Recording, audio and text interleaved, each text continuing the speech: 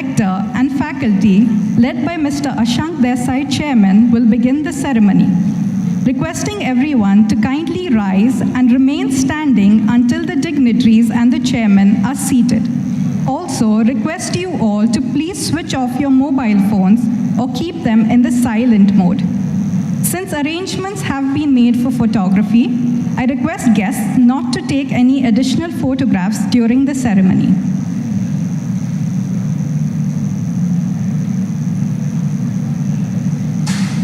Requesting everyone to kindly rise, please.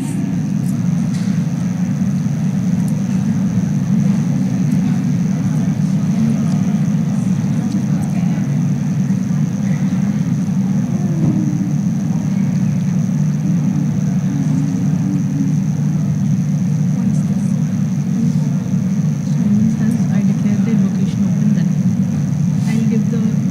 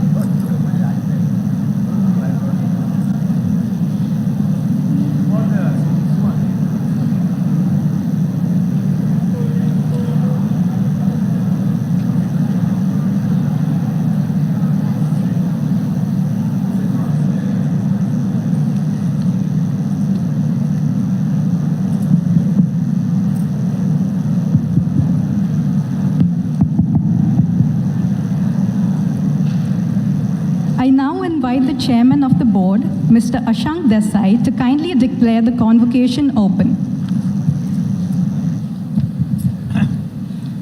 I declare the convocation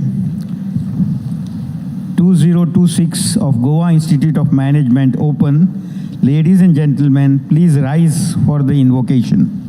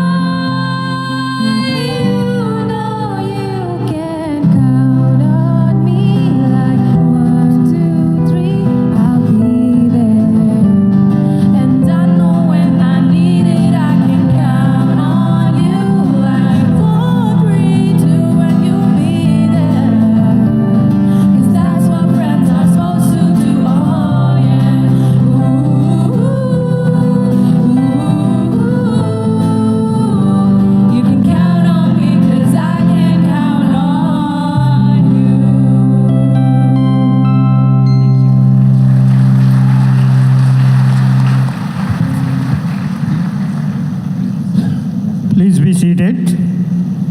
Thank you, sir. I invite the director, Dr. Ajit Parulekar, to present the annual report.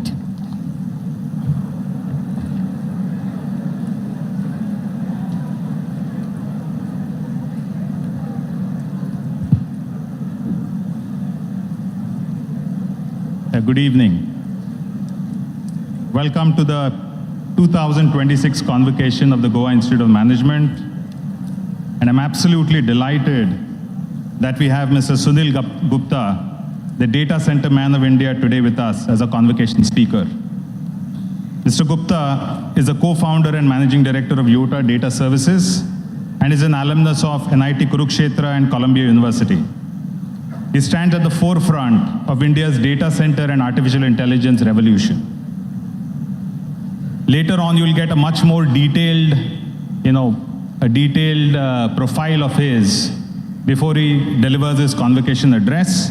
I'm sure that our graduates are excited to hear from him about his outlook and advice for him, and also what's happening in this exciting sphere of data centers and artificial intelligence.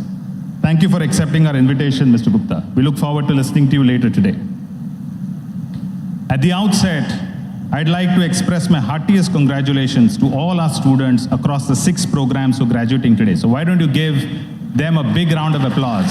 They deserve it.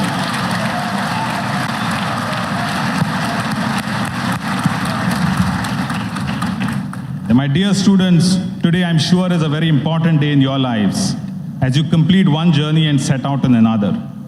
This accomplishment over these last 2 years is the result of hard work, grit, determination put in by you, and I'm sure supported in a big way by the love and perseverance of your doting parents, your family, and your friends. So why don't you give your family and friends a big round of applause for being here today to cheer you on.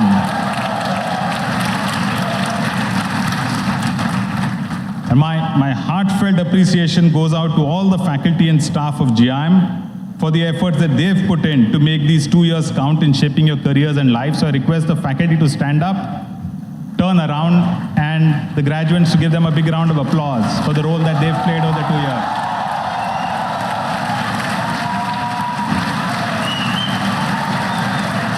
Thank you.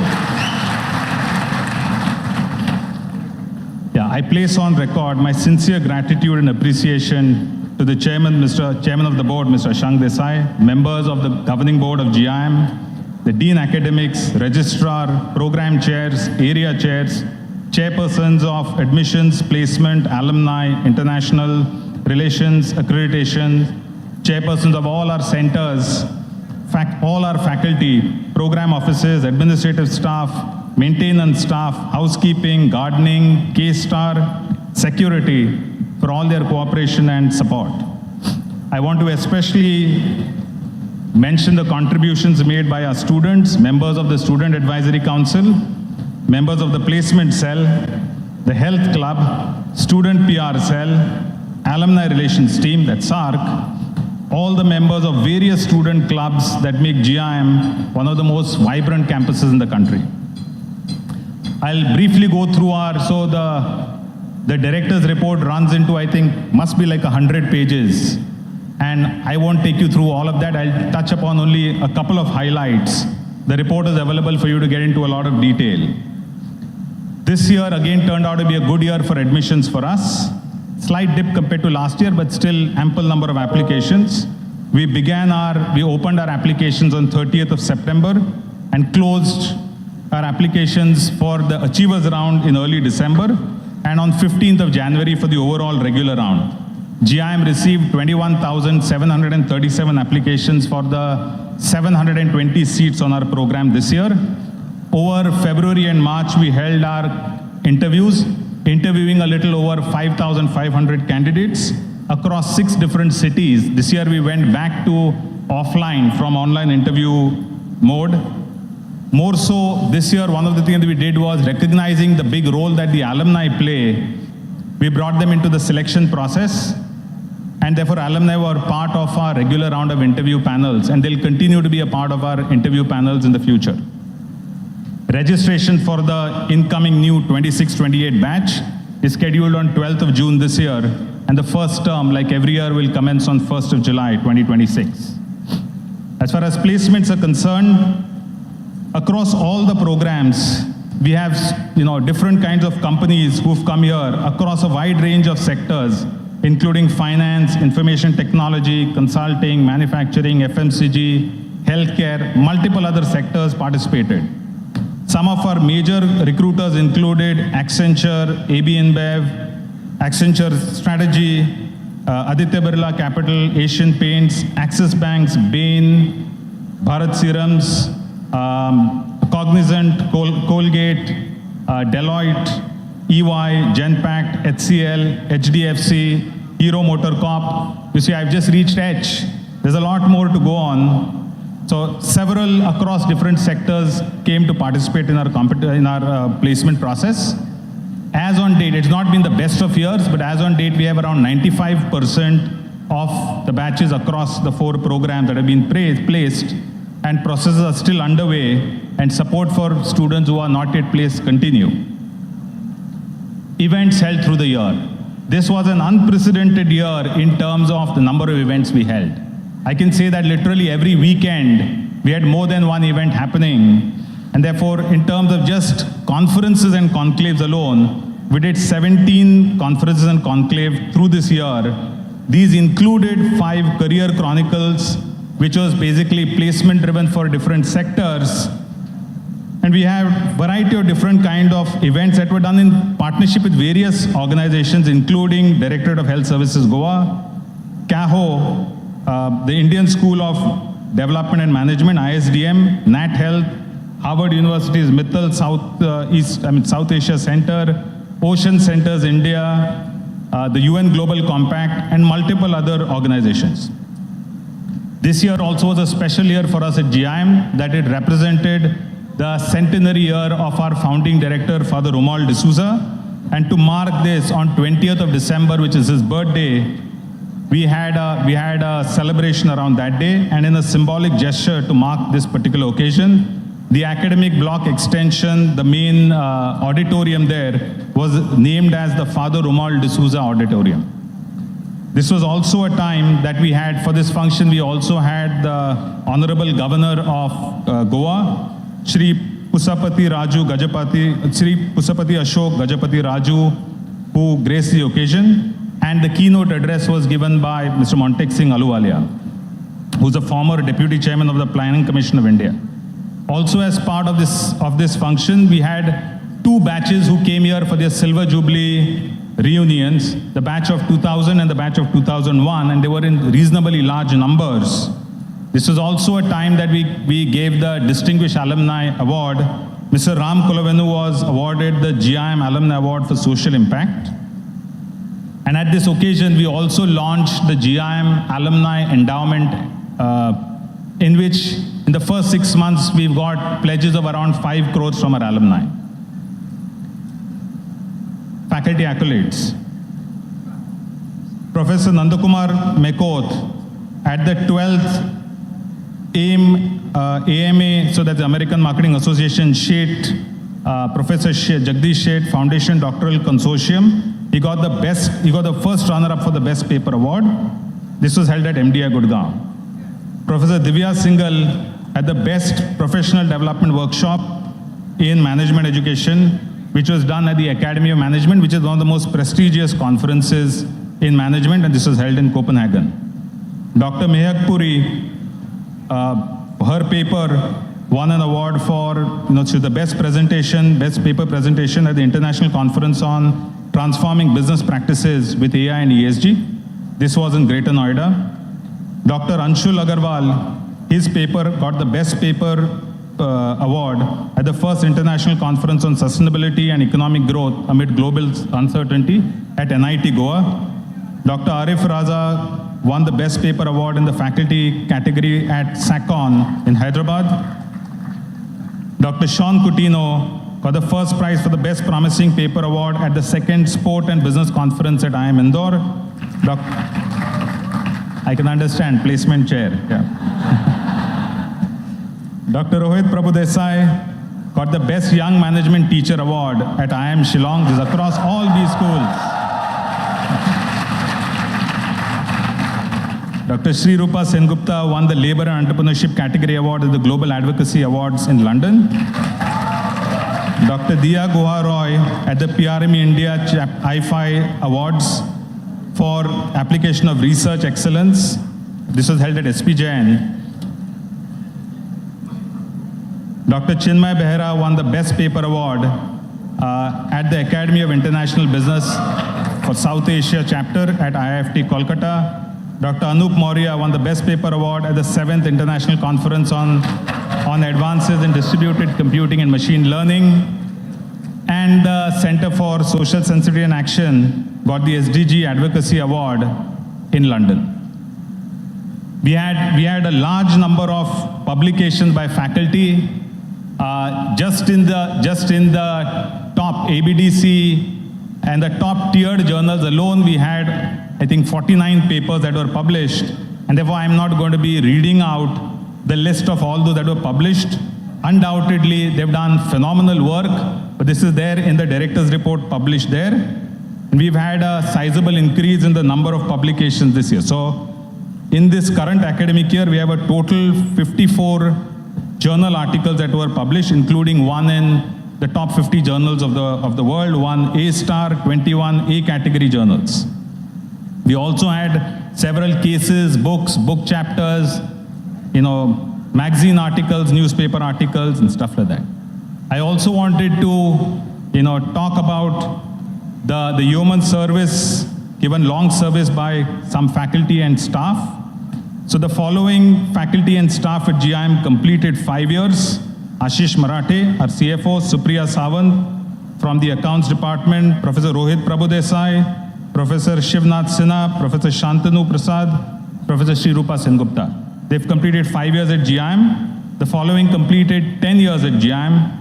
Vivek Sawant, Samir Salgaonkar, Priya Salgaonkar, Professor Lakshmi Vishnu Tunuguntla, Professor Rohit Mutkekar, and Professor Venkatesh. 2 people also completed 20 years at GIM, Professor Divya Singhal and Chandrika Murgaonkar. 20 years a lot, so why don't you give them a... I'm sorry, my list extends to the next. There are a couple of other people who completed 5 years. That's Professor Nandakumar Mekot, Professor Prakash Singh, Professor Somant Kumar Manna, and 2 more faculty completed 10 years, Professor Atish Bhatt and Professor Nafisa Vaz. At the NIRF, our ranking in NIRF was 43rd. There was a dip in the ranking from the previous 37. For the first time, I think GIM's was ranked in the QS Global Rankings under the online MBA category, ranked 101st globally. This is the first time we are there in global rankings. This year, we expect also to participate in FT50. Given our international accreditations, we get an opportunity to rank there. And also the third ranking that you have is called Ed Universal. We've moved from having 2 palms of excellence to be invited to get 3 palms of excellence, and this happened this year at their annual global rankings. We have a distinguished professor program. This year also we have a large number of faculty who were part of the distinguished professor program. I won't read out the names, just for especially the parents and guests. This distinguished professor program is a program where we invite globally accomplished and well-known professors to come and spend some time here at GIM, interacting with GIM faculty and students over a period of a couple of weeks where they spend here with GIM. We also had several sponsored research projects. I'm going to quickly touch upon some of them. Professor Manas Mayur was funded by the Goa State Research Foundation for a project worth 8 lakh rupees. Dr. Sri Rupa Sengupta and Divya Singhal combined got a grant from GIZ, which is a 15.6 lakh grant. Dr. Inu Anand got a grant from ICSSR, which is a 7 lakh rupee grant. There are a couple of ongoing projects. One of them is the Co-Life project, which is now in its final year here at GIM, which is Dr. Arpita Amarnani, Dr. Diya Guha Roy, and Professor Vittal Suktankar. And this has the total funds for this year were around for the program were around, I think, 89,000 euro. The biggest grant that we got was in this year, which was by Dr. Ajay Vamdevan and Professor Praveen P.A. This is a 2.65 crore grant from the WHO for their work on vaccines. We also had a consulting project that came in from the Directorate of Higher Education on a study for GDP in Goa. This is led by Professors Abhishek Naresh, Prakash Singh, and Dipankar Das. This is 26 lakhs. And Professor Kinshuk Sarkar got a grant from RSC Research Grant, which is around 3 lakh rupees. We also had a couple of projects that were funded by GIM. One was a project led by Professor Prakash Singh, and it's around 14.5 lakhs. And another was by Professor Amiya Sahu, which is 2.2 lakhs. The GIM Atal Incubation Center has been very active. And the startups that we are currently incubating at the center, today they are valued at 1,000 crores. And all the portfolio that we have in this year itself, they've raised 85 crores of funding from external sources. We are one of the best rated Atal Incubation Centers by the Atal Innovation Mission. And therefore, whilst originally this was a grant for 5 years, we have already got our second extension now so 2 plus 2, we are already in existence for 9 years where we continue to get grants from them. Just yesterday, we got an approval also to get a continued grant from the Startup India Foundation, where so far we've got a little over 3 crores to give to startups as seed money, as investments for them. We got, I think, another 82 lakhs for this year. We also run the student assistantship program for our PGP students. This year, we had 14 students from all the 4 full-time programs. They worked on 7 different projects, which reported into admissions, alumni, placement, to the director's office and other departments. The duration of these programs are 3 months, and the students are mentored by a faculty guide and paid a monthly stipend. Students from GIM also participated in several different competitions and won many accolades. I'm not going to read out all because the list will be very long. I'm just going to read out a couple of them. So Rakshit, was the ultimate winner for 2 large competitions. One was the Reliance TUP Season 11, and the other one was for the Central Depository, which is the Reimagine Ideathon.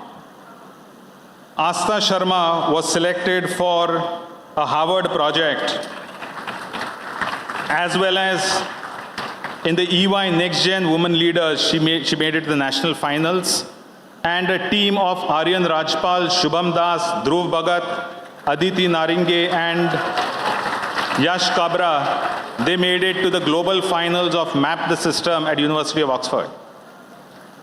We used to run a program that we're very proud of called as Give Goa. We still continue Give Goa, but over the last couple of years, we've been able to move Give Goa across the country, and hence now we call it SLRI and not just Give Goa. You can't go to Rajasthan, MP, wherever else, and say it's a Give Goa initiative. So the SLRI continued to play a big role. We went across the country, beyond Goa to Maharashtra, Gujarat, Rajasthan, UP, Madhya Pradesh, Uttarakhand, Haryana, Odisha, and West Bengal. And we had students doing projects for over 2 weeks, working with rural communities and organizations across the country.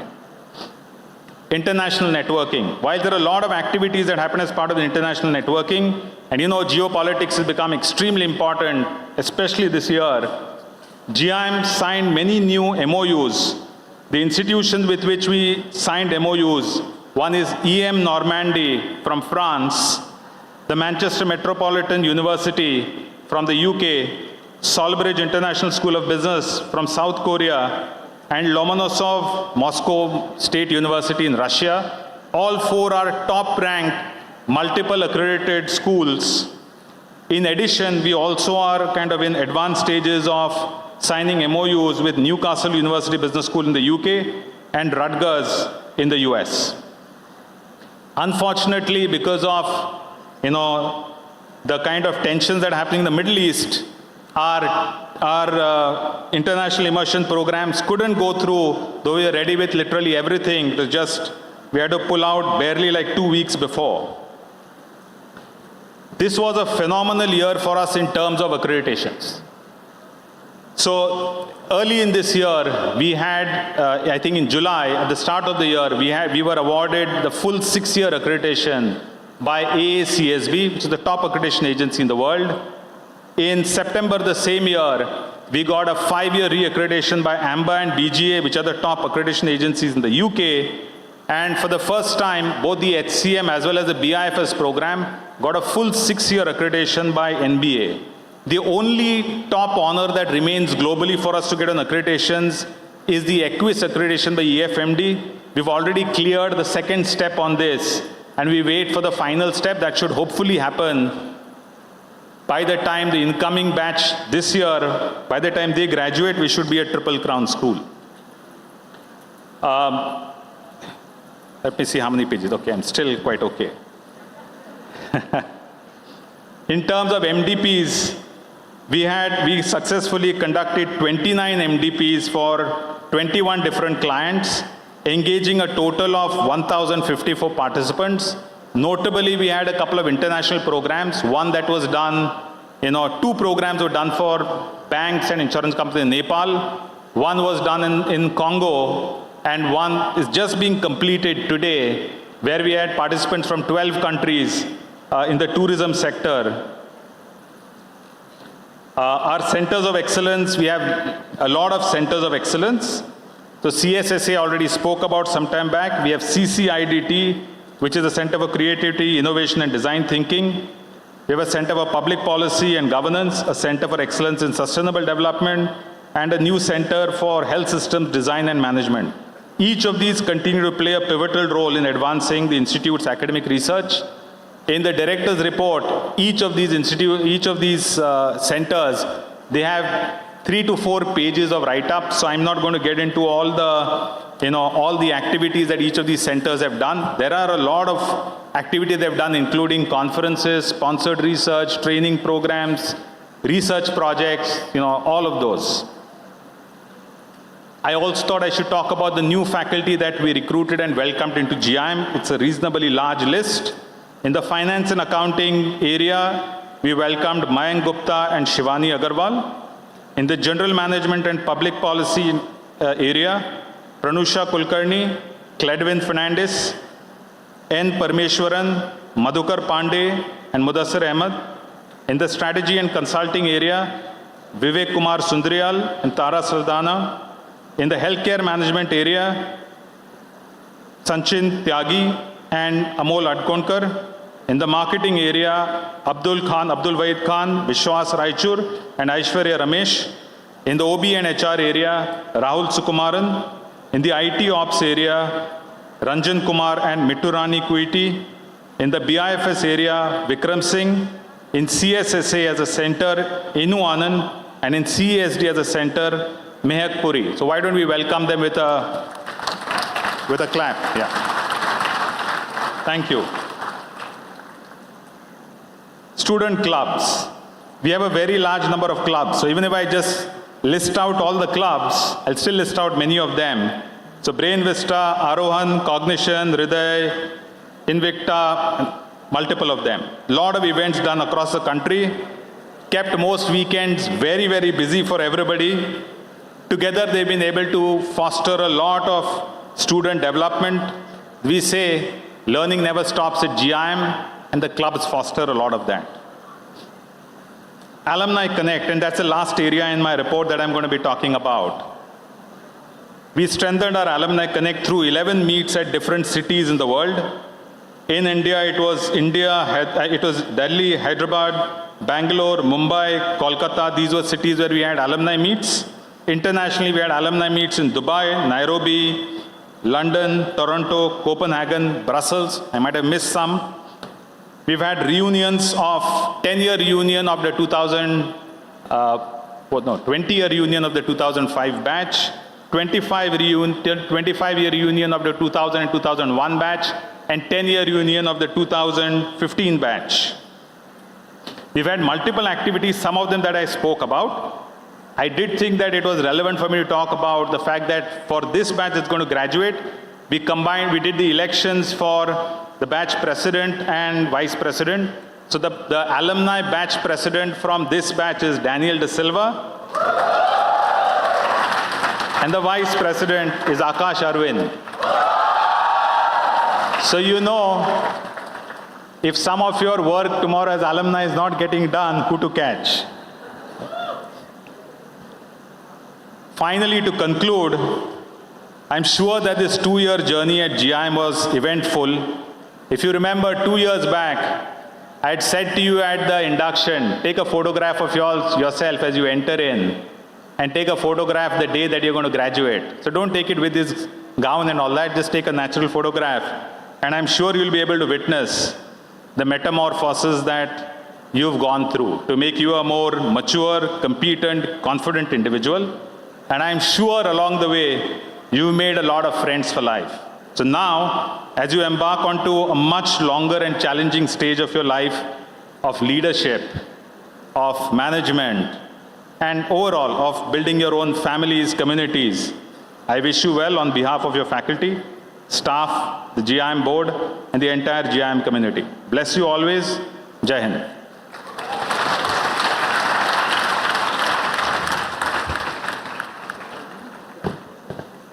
Thank you, sir. I now request the chairman to deliver the presidential address.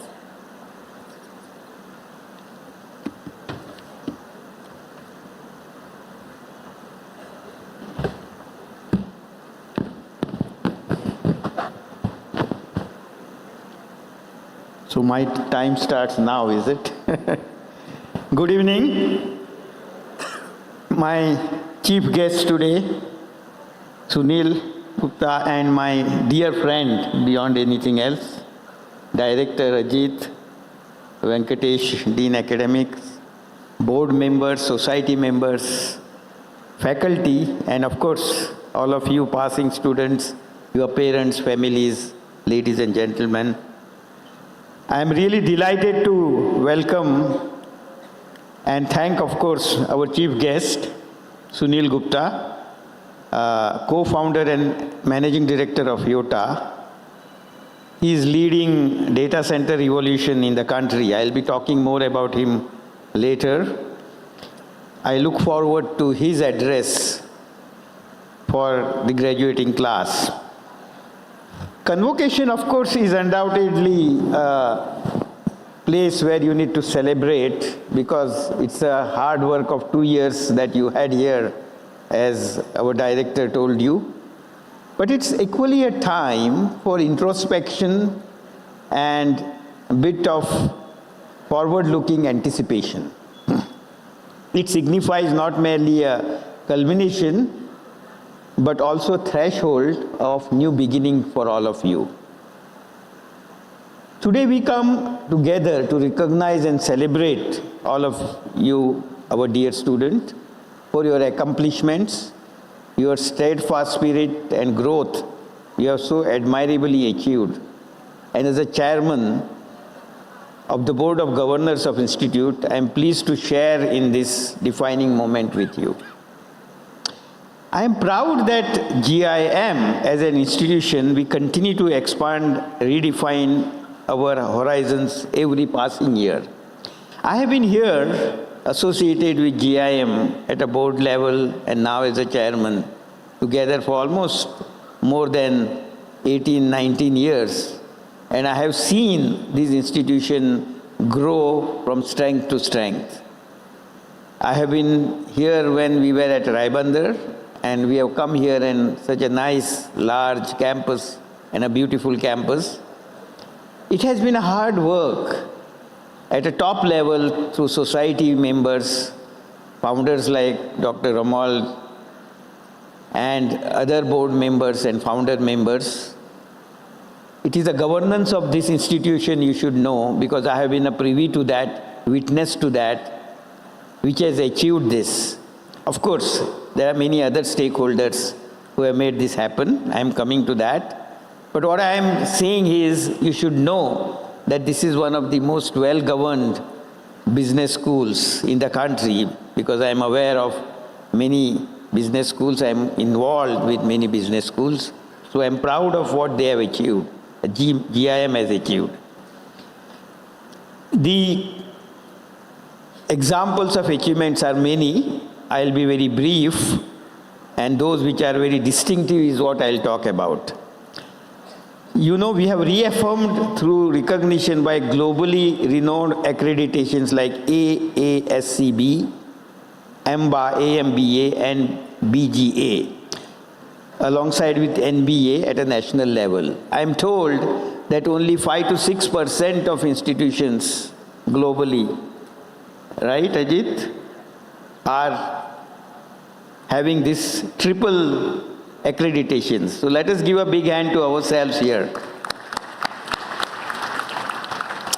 These distinctions are not merely endorsement, but powerful validations of our academic rigor, governance, and standards, an unwavering pursuit of quality of management education that we impart to all of you. GM also director talked about our entry into QS ranking. Mind you, QS ranking is a global ranking. Getting in there is itself reaffirms what kind of institutions we are. In fact, I keep on telling my colleagues in the industry and wherever I go that I am proud as a Goan what a Goan institute is making difference at a national level and a global level in just 25, 26 years of its existence. That's not an easy task, and I'm really proud about this institution, and so you should be today when you are passing out from this institution. As we chart path forward, GIM envisions its transformation into a leading globally acclaimed university. As you know, we are not happy all the time with our achievements. We need to have higher goals, higher vision. So we decided that we need to go at level 2. And that is about becoming university. University would mean that we would have obviously disciplines beyond just an MBA as we progress over many, many years. But starting this journey with all of you as a business students, you should be very proud that you will be alum of GIM University in a sense, although you have not passed out from GIM University, but you will be alum of university in a way. This transition from independent institute to a university is not a matter of growth in size, but a strategic reimagining of our role and impact. We have worked very hard at a society level, at a board level, to do what we are going to do as university. We have thought through, and I am proud that the journey which has started 26 years is coming to an inflection point into a next journey. And many of you as alums, all of you as alums in fact, would be looking forward to your next career and the growth of GIM to make you feel proud. In parallel, we are of course strengthening institutional capabilities by bringing in accomplished professionals to lead key domains in placement, admission, accreditation, student affairs. It is extremely important for us to be a well-rounded, comprehensive institute which looks at not only academia and research, which we all are focusing on last many years, but look at building an institution which is sustainable, sustaining over a large period with a large relationship with stakeholders, like all of our organizations which come to place you, industry people, academia at large, and also government and other stakeholders. So to make that happen, we need to create staff strength in all these areas, which we have done. This will enable us to enhance operational excellence and deepen engagement with our stakeholders and elevate the overall student experience in the line with global standards. I wish to extend, of course, the real group that has made difference to you last 2 years. I extend my appreciation to our faculty, staff, and leadership team for their unwavering commitment and tireless effort. I am aware that their contribution go far beyond the delivery of knowledge, and they have played a pivotal role in shaping your character, instilling values in you, and nurturing a sense of responsibility in all of you. And they are now prepared to take this large role thanks to their effort. I am happy to note that our faculty continue to distinguish themselves through a rigorous scholarship and meaningful intellectual contributions. You heard about all of their achievements, research, academia, and many other places. In fact, as you know, they are publishing in leading peer-reviewed journals, as we call ABDC, FT50, and developing high-impact case studies that are being featured in renowned platforms like Harvard Business Review School and Ivy Publishing. I think all of them need a great hand by all of you, for all the faculty members here. These endeavors extend well beyond the individual achievement. They are elevating the academic stature of GIM while actively contributing to the evolution of global management thought. By generating contextually relevant insights and practice-oriented knowledge, and our faculty are helping to shape contemporary discourse and pedagogy.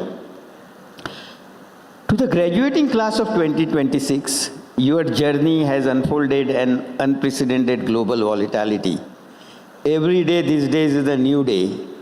I am from an industry which is kind of grappling with AI, and I'm sure so is our Sunil, who is also at the forefront of data center, seeing this revolution of AI and its impact. You have a career, long career ahead of you. 30 years, 40 years, you are going to see the impact of AI in whatever you do in big way. So you need to be prepared, and I'm sure GIM has trained you and given you some glimpses of what AI is going to do, but I think real drama is yet to start. So we live in that environment, you will live together in that environment. Of course, we know there are challenges like pandemic which have happened some time back, geopolitical tensions which we hear every day today, climate change, and the equations of geopolitics itself changing in terms of who becomes leader. You are going to be in India as an alum of GIM, which is going to be a developed nation. I lived in an era where we were known as a poor country. I was brought up in that environment. I saw we becoming, of course, a developing economy. I have lived a life where I had to go all over India, all over world, to sell India before selling my own company, IT company Mastech, and many others. We in NASSCOM, which is a foundation of association of IT industry, and as a founder with my other colleague members, we used to go around America and other West to convince people that India is the right place to do technology. Nobody believed us. That was the period in which we grew. But you are very lucky. You are growing where there is a respect today for what we are doing in area of IT, technology, in pharma, auto. Take a name, we have a reputation today. But we are still known as developing country. You are going to make India into developed nation, Vikasit Bharat, as our Prime Minister says. So you have a lifetime opportunity here to apply what you have learned. And that, I think, is an opportunity I would love to have if I had to come back, live back here. That's something that is something of a lifetime opportunity you have. So please take it with a big hand from what you have learned. You have demonstrated, of course, resilience, adaptability, commitment to learning that will define your leadership in the years to come. And remember, you are the ambassador of GIM. Please don't forget that. Your relationship with GIM is lifelong. I always tell faculty of all universities and business schools that your relationship is over when you retire in a way. But the alum's relationship is lifelong. So at one level, you have a role to play to make GIM move to a greater level. You will ask me how? You have a great role to play by first continue to relate it with the GIM as an alum, have alum movements, meet, network, get more alums to be networked with GIM, one. Number two, of course, we will be very happy if you contribute in terms of our growth, in terms of our corpus. But it is not only about money. It is about making GIM move towards higher goals in whatever way. It could be getting best of the faculty all over the world because you know someone to get here to talk or teach. It can be, if you are going to be in industry, getting industry project, consulting, management development programs. I always, business schools and other schools come and meet me to get Mastech, my company, to visit them to hire. I always ask them, have you checked who is working in Mastech from your institute?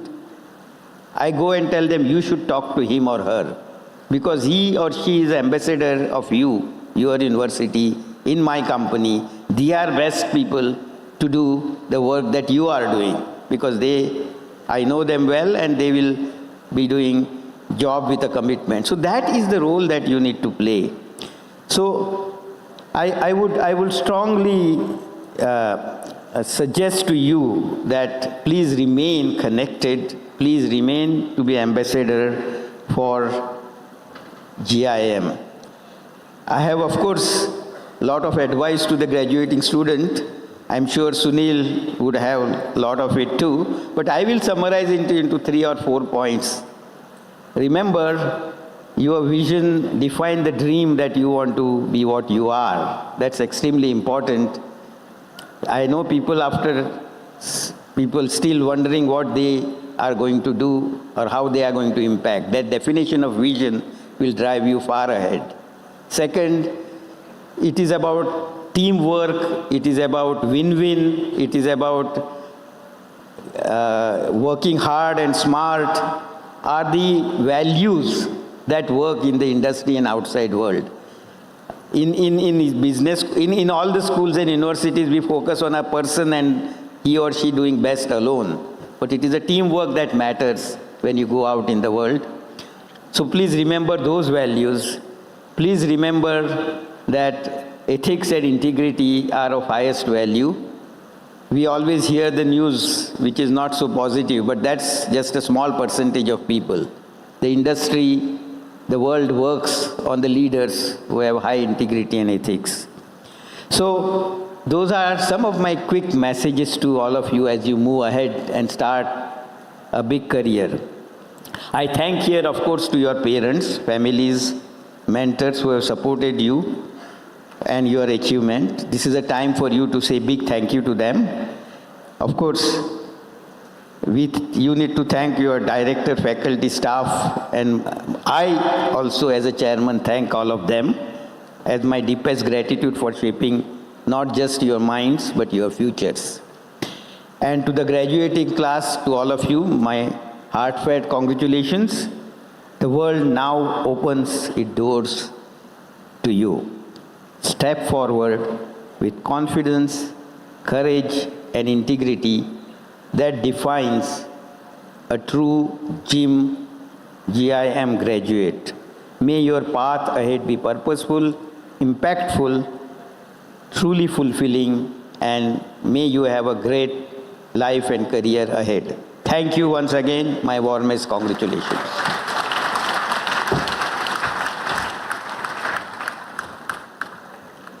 Thank you, sir. Ladies and gentlemen, our chief guest today, Mr. Sunil Gupta, will now address the graduates. We all look forward to hearing him. I request the chairman to kindly introduce our chief guest and invite him for the convocation address.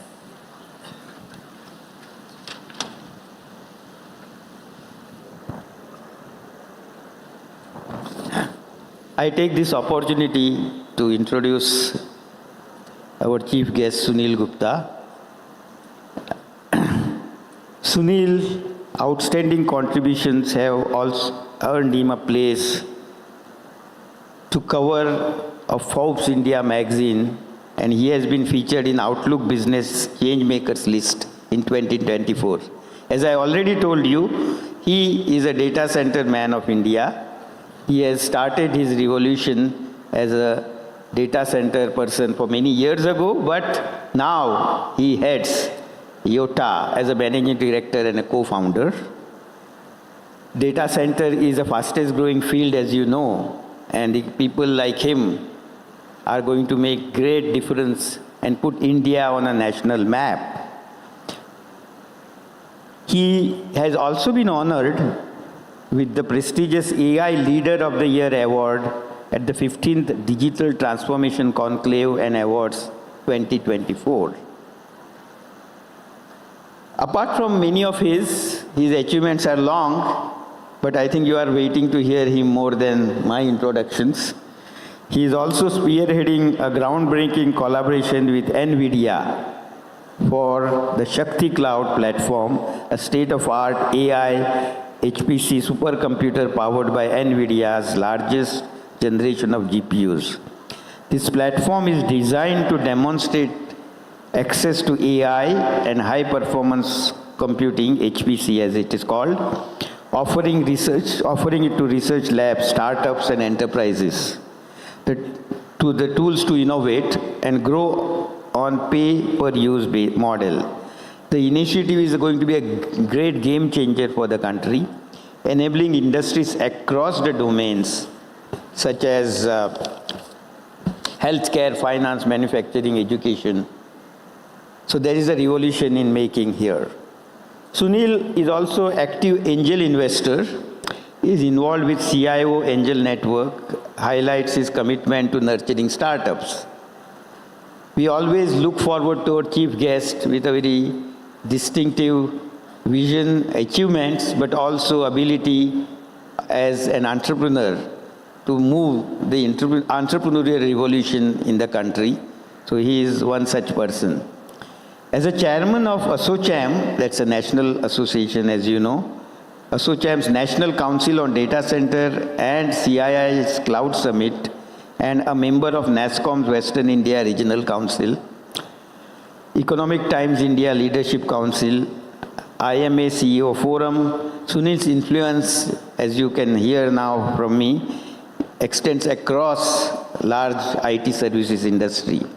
A sought-after speaker, Sunil also actively shares insight at a major industry events, championing the integration of AI and extending his influence across the IT services industry. Please give him a very warm round of applause, and I invite Sunil to deliver convocation address.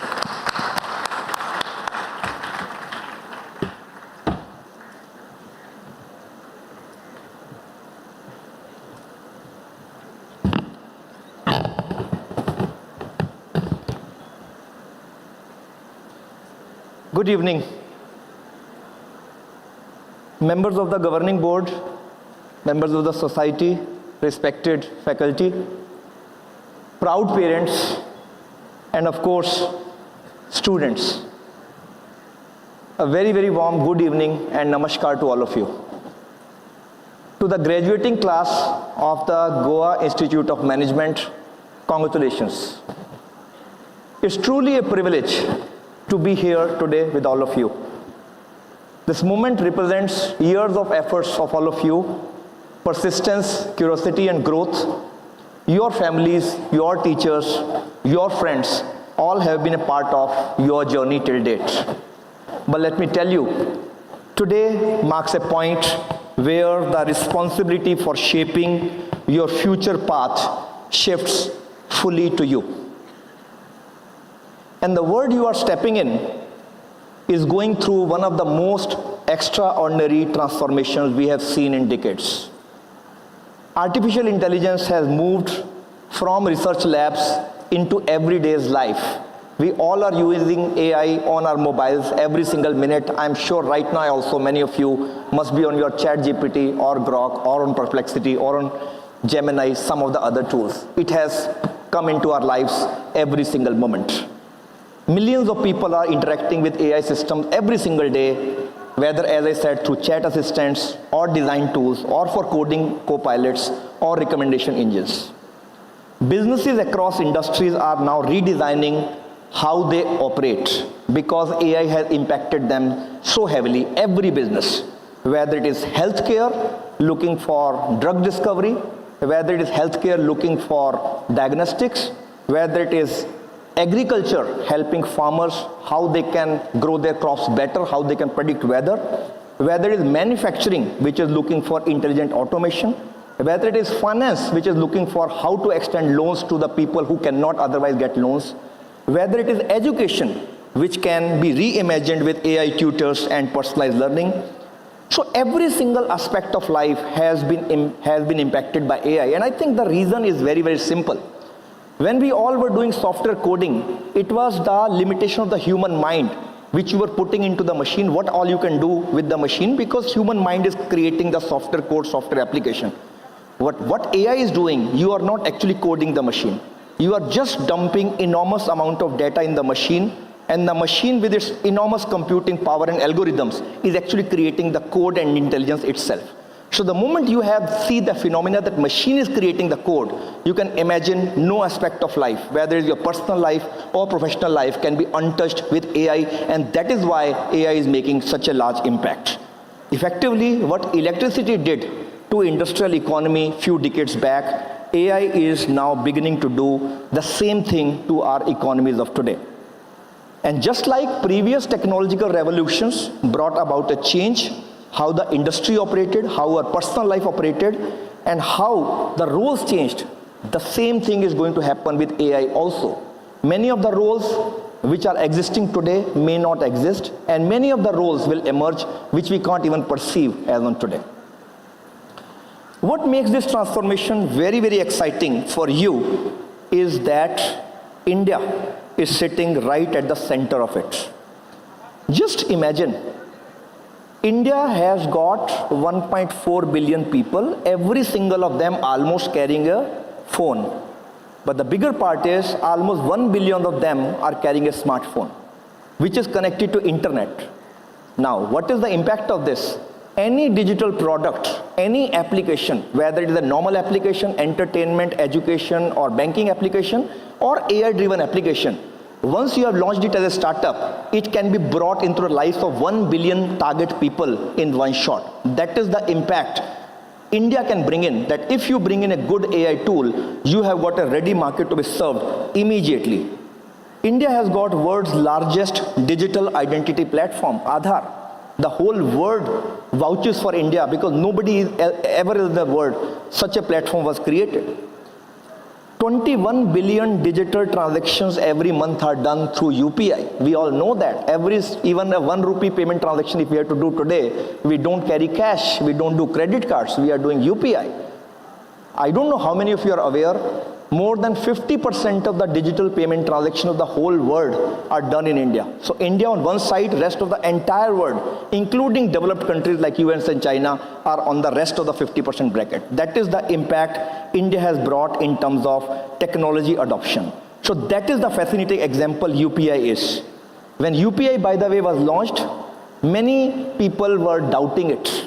I think many of you know the context in which I'm speaking. It was even discussed in Parliament, that how can 1 billion people be using smartphones and actually making payments? But that is history. Today, India is doing it. Now, with AI coming in, I think India is waiting for multiple UPI moments in AI. Moments where AI use cases across agriculture, across healthcare, across education, finance, entertainment, defense, security, climate, many more areas will become accessible to hundreds and millions of people through their mobile phones.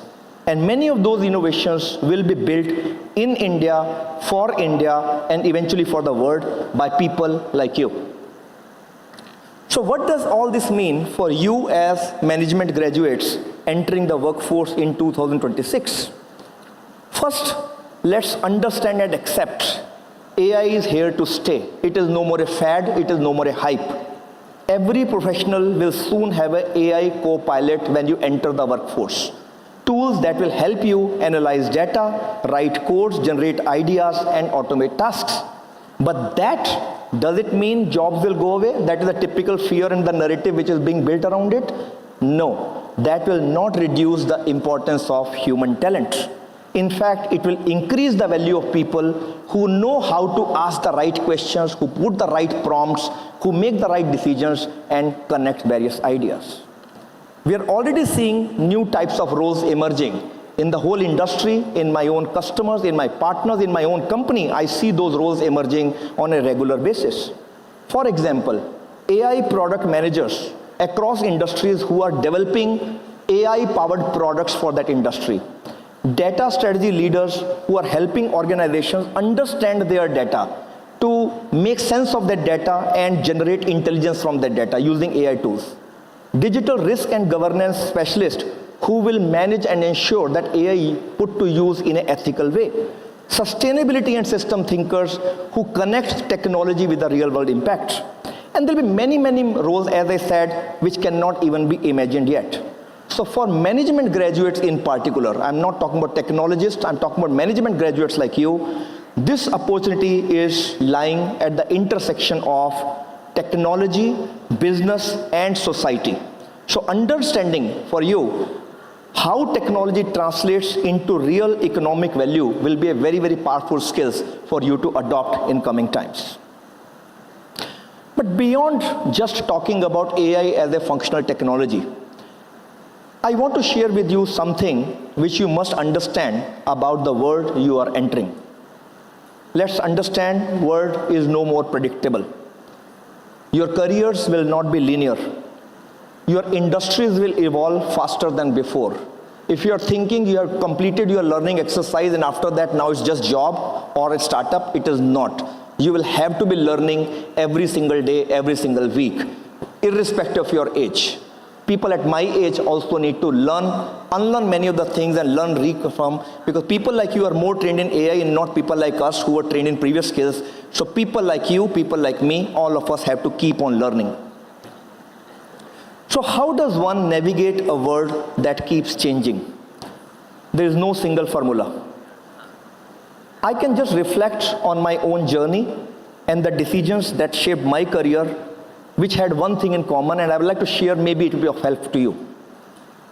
All the decisions which I had to take in my life, which were critical decisions, were made in situations where situations were uncertain. There was no clear path that you can take this as the right decision or you can leave something as the wrong decision. I found myself at a critical decision moment more than once, whether it was moving into data center industry in late 99s, when nobody knew data center. For that matter, even till 2015, nobody used to even talk about data centers. Most of the people were not knowing about it. In 99, data center industry was small, future was uncertain, dot-com boom had become a dot-com bust, and nobody used to give any type of importance to data center industry. Later, in around 2010, I was working for Reliance. It was a large conglomerate. It was a status symbol to work for Reliance. Because of happenings there, I left this and joined what? A very small startup company. Because that company was looking forward to grow big time and they were looking for somebody who can possibly give structure to that. It was a critical decision. Everybody, including my parents, said what type of risk you are taking, but there was the risk which had to be taken. There was the decision which was to be made.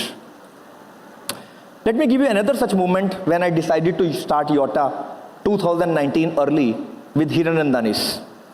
Around 19, it was very, very clear that digital economy was entering a new phase. Cloud adoption was accelerating. Social media had accelerated. Digital was coming in our lives.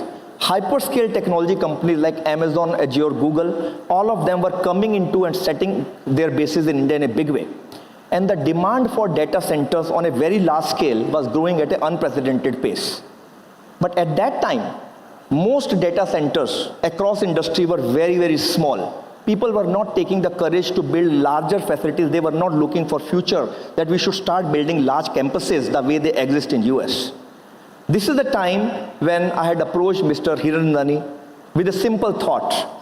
If we can combine his ability of building large civil infrastructures, he's a master of that. Schools, hospital, residential, commercial facilities, infrastructure, power, government approvals, they come very naturally to him. But if we can combine that capability with my own experience of running and operating data centers at cloud, I thought it can create a magic. We can create some very large-scale digital infrastructure in India. That single thought led to creation of Yota way back 7 years back. There was another decision point where it was very difficult to find in uncertain time how to decide. Indian industry was making data centers which were brick and mortar buildings. Just make very good technological building, lease it out to somebody like a Amazon or a Google or a Azure and make money just by leasing out that building. But you are not doing the tech part of the building. We took the risky path of also building a sovereign cloud, India's own sovereign cloud in India. We always say China has got Tencent cloud, Alibaba cloud, Baidu cloud. What does India have? India only have foreign cloud operators. Somebody had to take a call that considering the geopolitical situations where ownership of resources, ownership of rare earths, ownership of chips, or ownership of various other resources are being used as tools for trade negotiations, India will have to have ownership and control of its own digital infrastructure, which is clouds and data centers. That is the call we had taken 7 years back when this was not so visible. And today this becomes so obvious that yes, somebody had to do that. And that is what the message I wanted to give to you. You will have to decide when the things are not obvious, when the things are uncertain.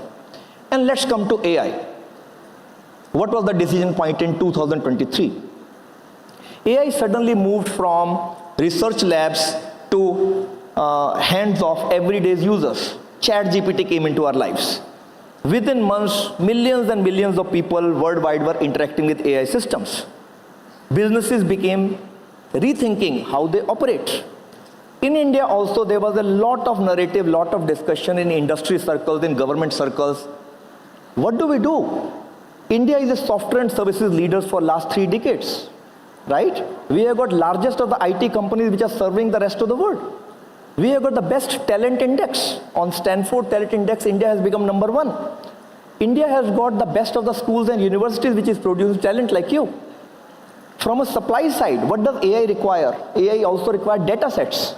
Now with so much of mobile phones and so much of digital adoption, India with its sheer population is producing almost 20% of the world's data. So there is no limitation in India in terms of what all is needed to become an AI leader. But what India was not having at that time, which was stopping it from becoming a world leader, India was not having compute, the special type of compute which is GPUs, because AI, as we said, is not only about skill set, it's about having access to those high density, high performance compute. Unless and until India has a lot of that capability in India itself, how will people train their own sovereign models? How will they put those models for inferencing for the users unless and until India has that compute? And this is something, a call, which again was a decision point for us at Yotta. We thought we have data centers, we have got lots of power, we have lots of fiber, we know how to run clouds. So if we are able to take a call of putting a lot of risk capital, millions of dollars into GPUs, even though there is no market, visible market in India right now, nobody is making AI models and tools, but if we are able to do this supply itself will create demand. It was a risky call. You can just imagine, without having a tangible market which can give you returns, you were taking a decision of investing millions of dollars. We took that risk. We actually invested into GPUs at that time, and as they say, the rest is history. Today, in the last 2 years, India has grown leaps and bounds in AI. Thanks to this supply which we introduced in India, you have seen emergence of very good sovereign models by startups like Sarvam, startups like Gyani, startups like GAN, startups like IIT Bombay's Bharat Jain, IIT Chennai. Many startups have built actually models in India, because talent is obviously not limited in India. We have built some of the fantastic models in India which are beating the benchmark of some of the global models itself. So the point I was trying to say is, the leadership is not about having all the right environment, certain environment, or having the right data with you. It is recognizing where the world is going and having the courage to act early. The demand for AI infrastructure today is accelerating. How you actually make decisions in these uncertain times, irrespective of what job you are in, will be a very key skill sets you will have to adopt in coming times. So that is where I want to leave you with you a few thoughts that I think my life has taught me. First, develop depth before chasing titles. In any moment, and for sure in the moments of crisis and uncertainty, no organization which will hire you will look for your impressive resume or LinkedIn profile. What they are looking for are the people who know the first principles in their field, who are domain experts in their field, who are responsible, who are trustable, who are willing to burn midnight oils and show their commitment to the cause for which that organization is. So how you acquire domain expertise into the field in which you or your organization is operating, and you show your full commitment to that, is the first thing you need to do. Just having, as I'm saying, titles and resumes is not just enough. That is a good entry point. And by the way, because you are management graduates, you will be working at the intersection of technology and business and society. For you, just the functional knowledge is not enough. having your functional knowledge, but also the breadth of the knowledge of the society and the other walks of life, economics, politics, geopolitical relationships, international relationship, philosophy, everything will be important if you really want to play the role in which AI as a technology is impacting every facet of life. So please acquire knowledge as much as you can.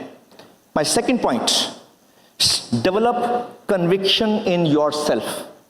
So many times I've seen where people have got great ideas, they have got great talent, great experience, but they are just stopping short of taking the next step, taking the decision, whether it is a decision of your career, whether it's a decision of just doing some job or making some decision in your day-to-day life.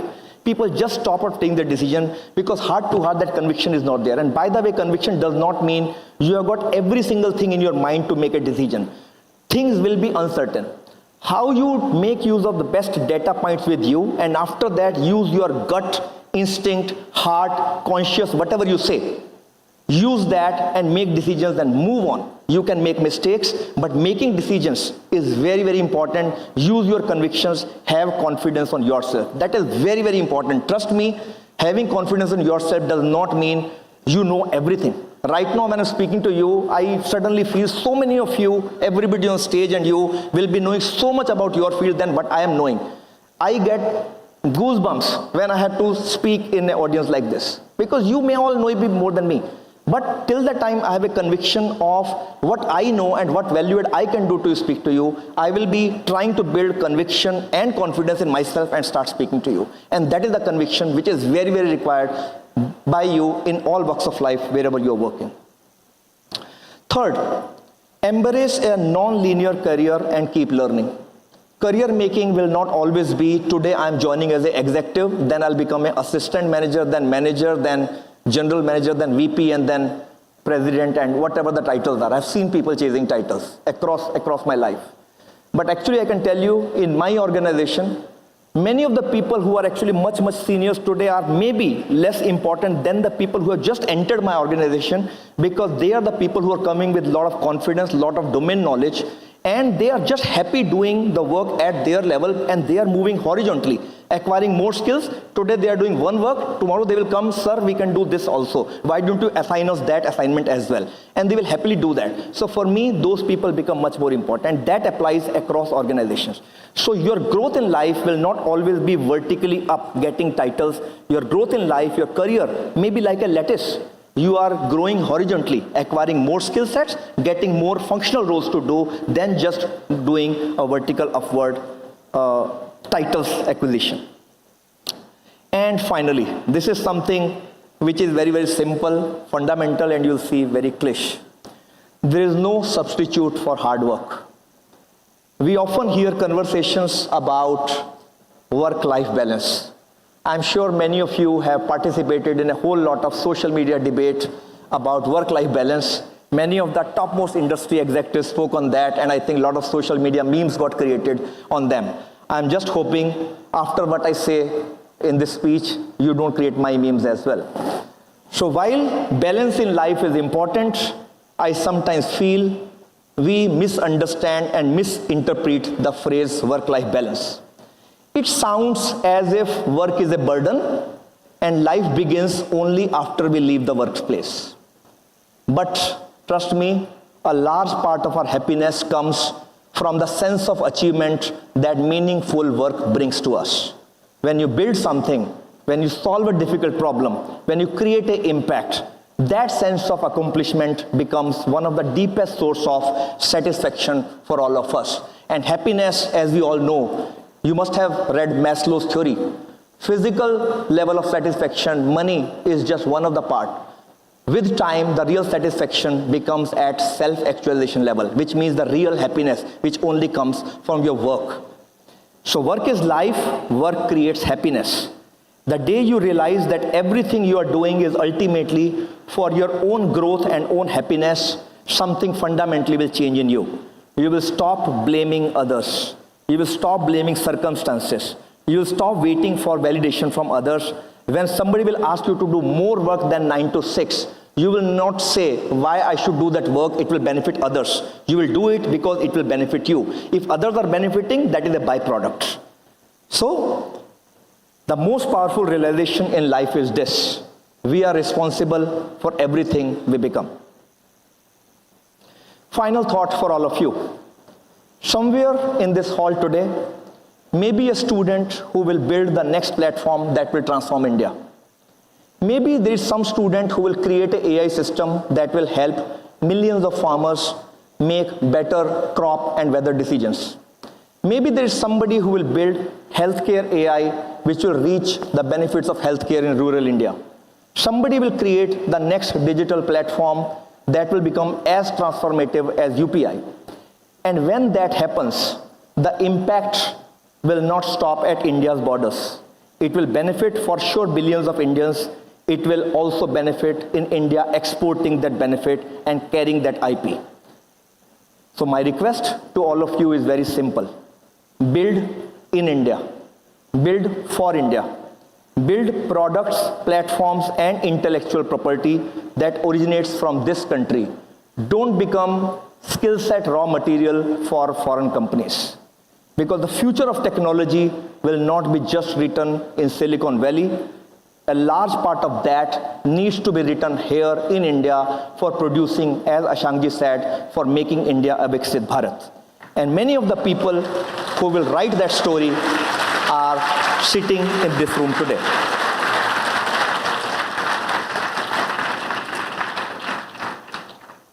Let me conclude by saying this. The future will not be built by people who wait for certainty. It will be built by people who see possibilities before others do, who see opportunity in every single problem. People who are willing to work hard, people who take responsibility, people who have the courage to build. And looking at all of you today, I'm very confident many of you, many of those future builders are sitting right here.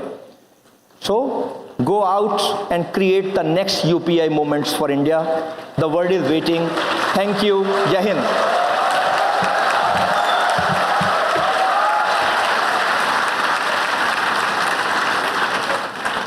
Thank you very much indeed, sir, for your inspiring thoughts. I request the chairman to hand over a token of appreciation to the chief guest.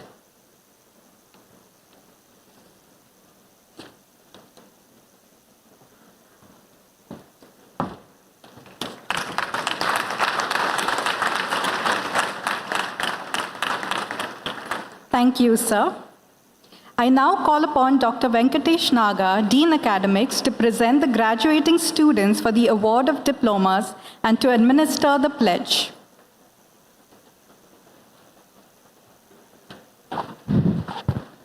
Good evening, all. I request the faculty members to rise.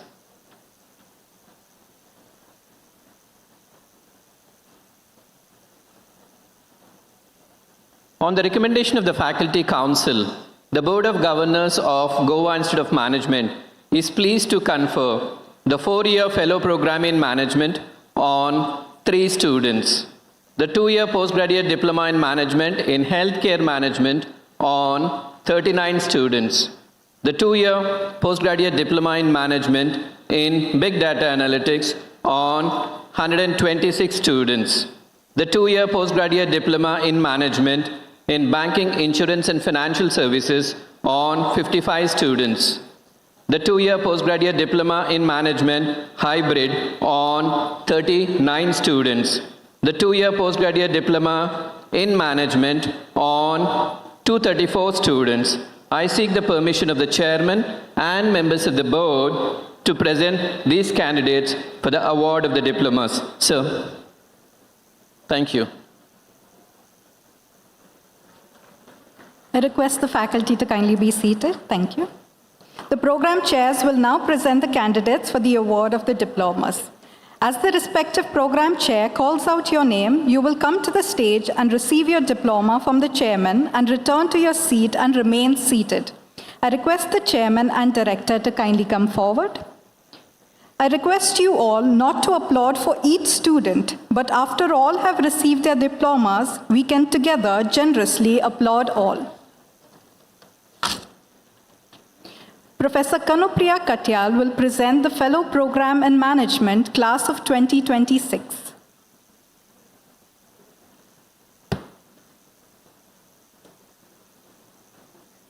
I announce the names of the Fellow Program in Management Class of 2026. Ms. Garima Ranga.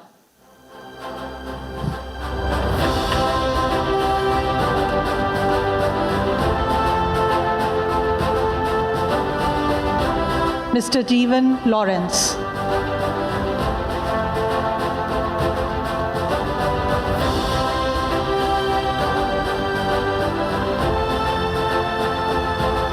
Ms. Menezes Stacy Amanda Ashley.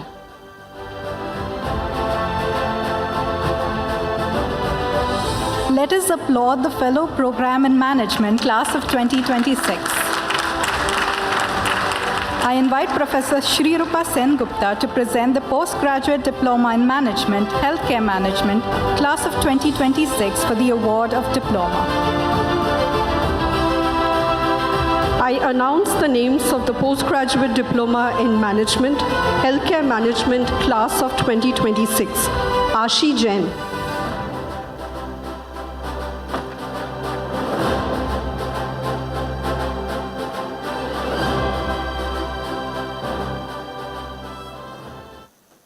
Amay Mathur.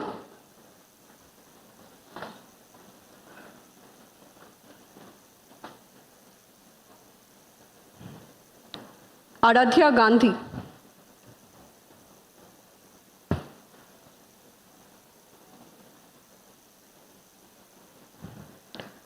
Arak Mangesh Pandit.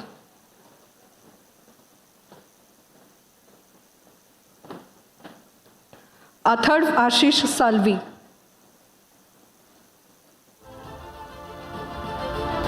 Ayushi Chaudhary.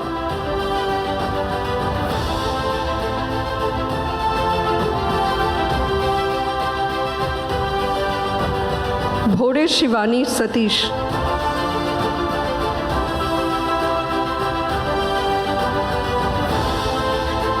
Chitale Sridhar Rajan.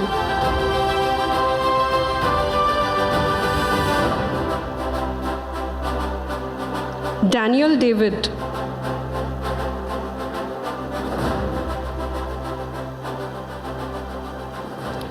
Gaikar Sneha Sampad.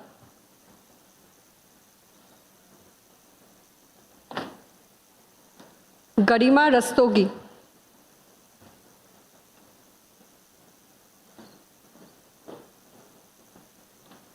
Haris Ali.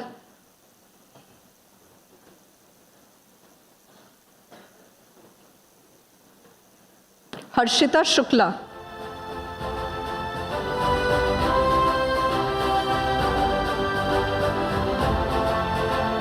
Ishita Agrawal.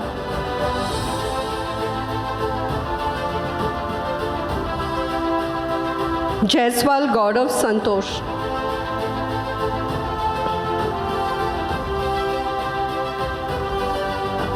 John Pothin.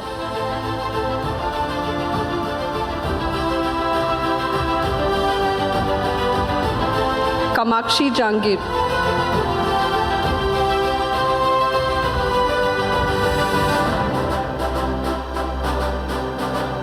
Karnail Singh.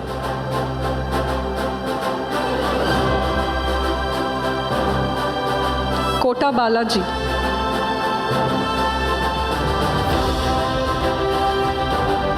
Luka Nisarg Vimal.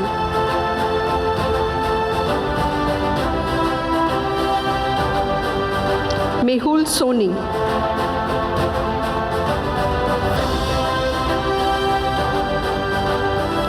Naman Mudgal.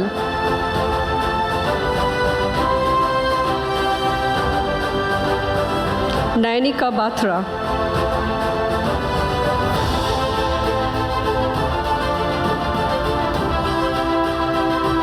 Patil Sachin Vaman.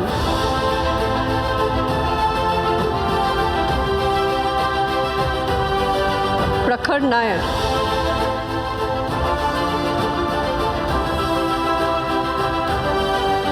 Promit Banerjee.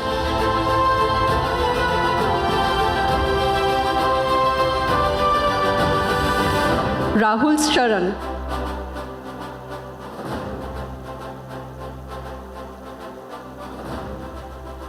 Raima Chakraborty.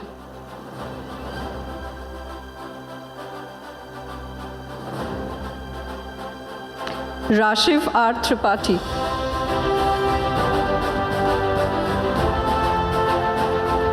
Rubalpreet Kaur.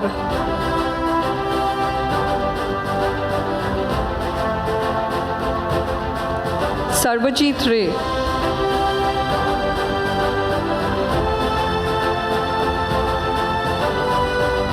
Shahid Sabzar.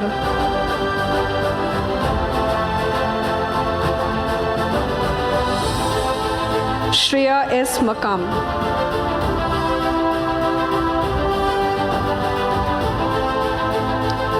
Suchi Dokania.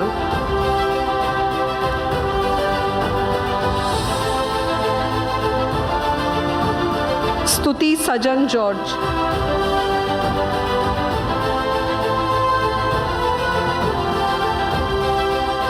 Shweta Singh.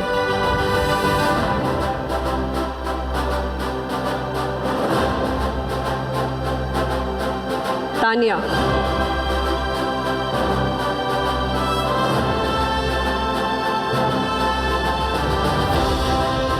Trishla Sehgal.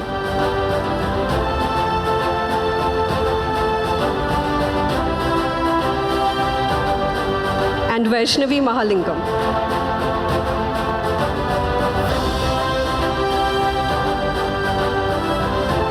Let us applaud the Postgraduate Diploma in Management, Healthcare Management, class of 2026.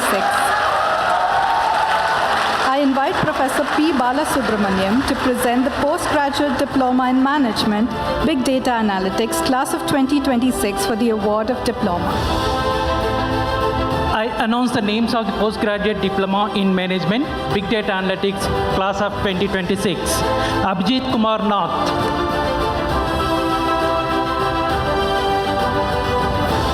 Abhilash P.K.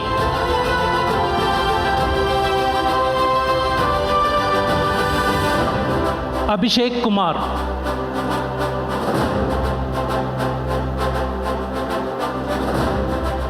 Abhishek Palrecha.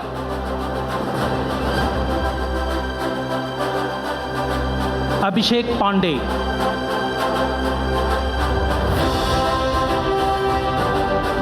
Abhishek Singh.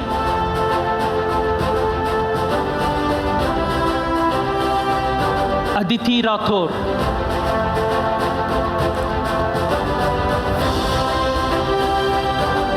Aditya Jaiswal.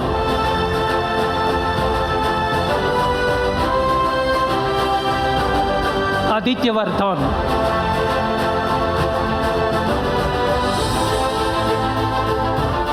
Advait Ashok.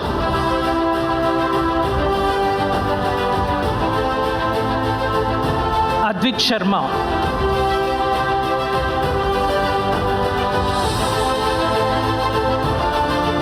Ameya Mudgal.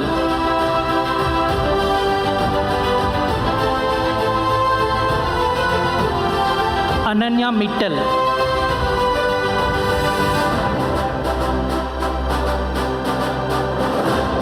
Animesh Jain.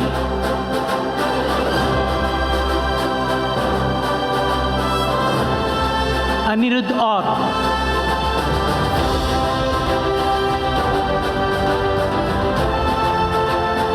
Anjali Singh.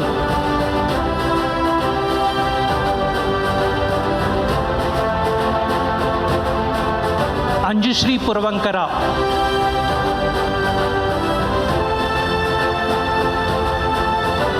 Annepu Surya Sai Sampath.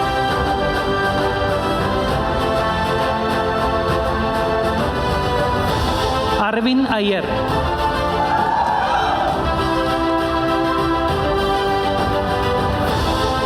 Arsh Parvez.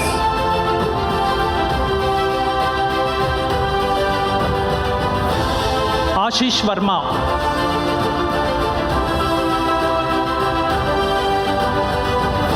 Aswad Diniz.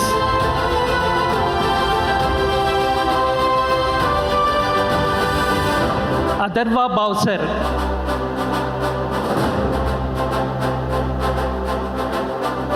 Avadanam Shri Shivani.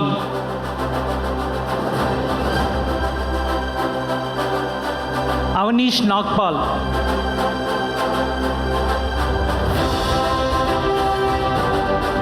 Ayush Lodha.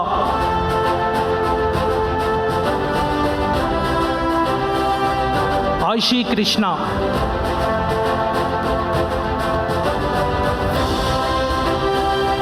Ayushman Sharma.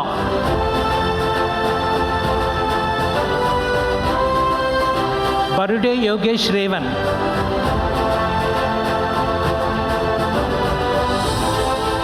Basireddy Lehni.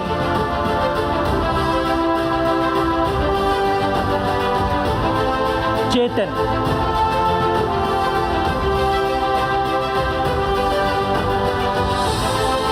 Chivukula Venkatasai Jitendra.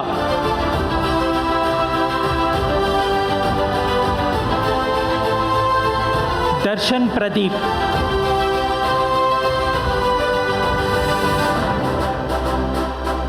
Desh Chaugle Ishwari Samir.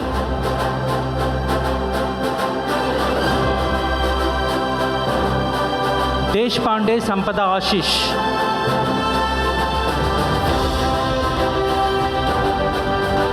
Dev Karthikeyan A.V.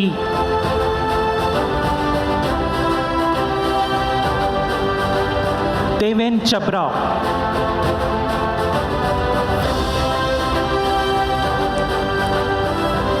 Dinesh Ram P.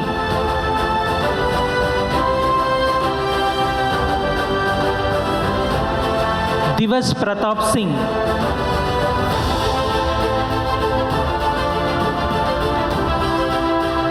Ishika Jain.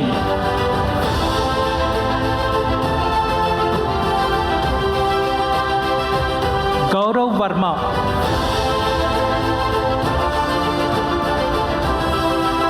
Gauri Jain.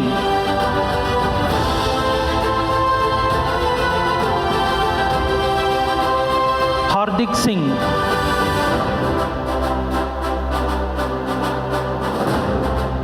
Harinivas S.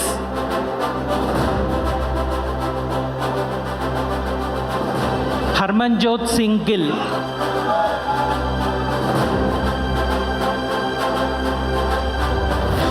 Harsh Dwivedi.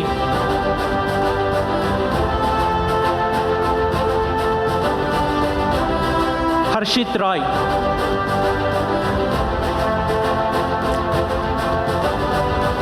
Inti Satyapriya Harshini.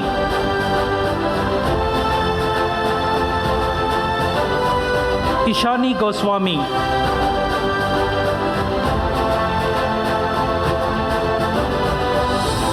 Ishika Sivahare.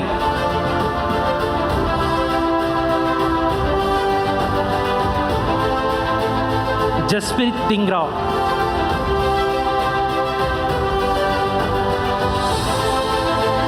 K.R. Ganesh Kumar.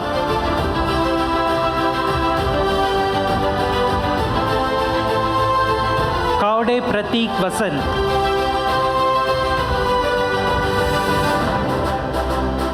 Koshiri Siddesh Vilas.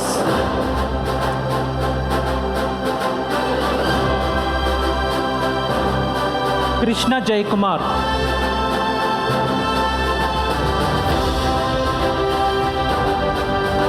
Krishna Madhav Singh.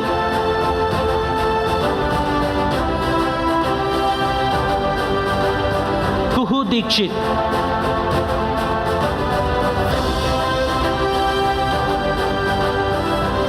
Kulkarni Devika Balchandra.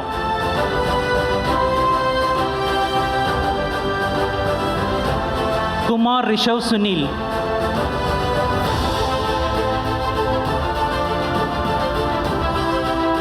Kunjal Parate.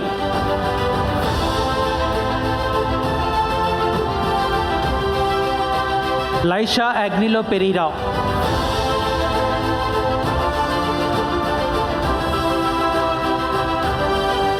M.A. Pramod.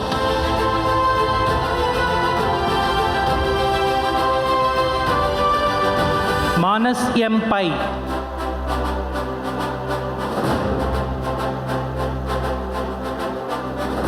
Mehta Gaurav Rajesh.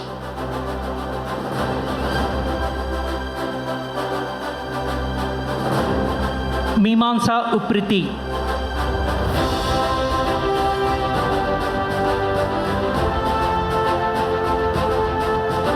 Moksh Grover.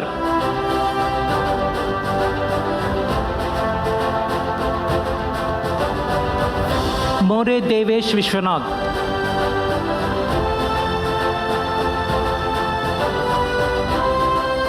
Mudit Jain.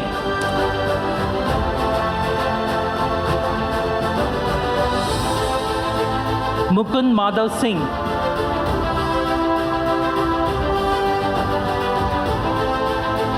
Nayak Divya Ramakrishna.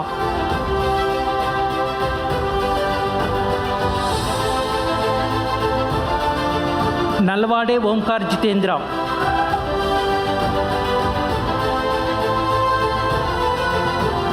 Nandgave Abhishek Dattatray.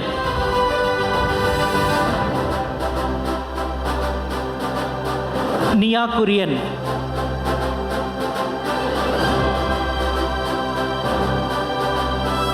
Nikhil Ishwar.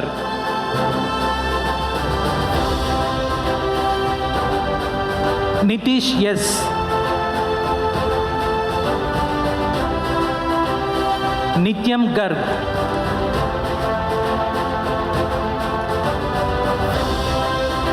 Vamisha Dikshit.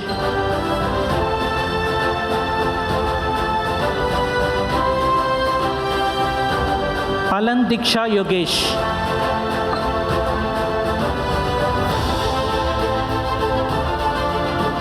Pallela Shyam Nitin.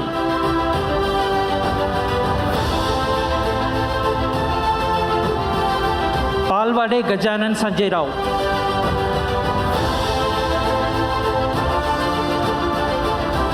Paras Tyagi.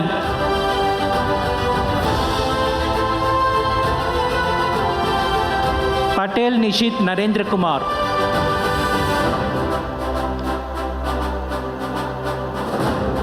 Patak Anushka Chetan Shreya.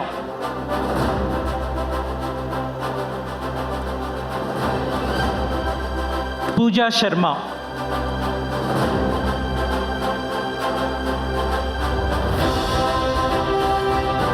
Pranav J.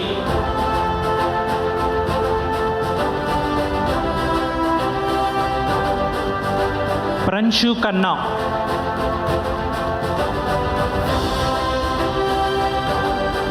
Praveen V.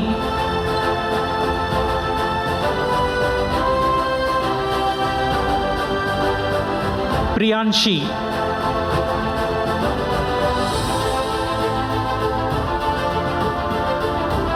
Purti Balani.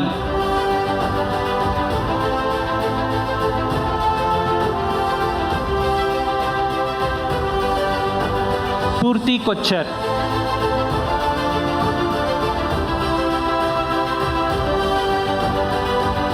R. Karen.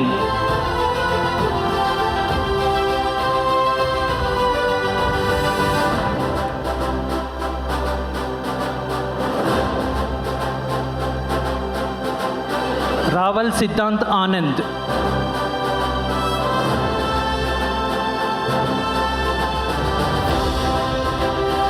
Riya Pancholi.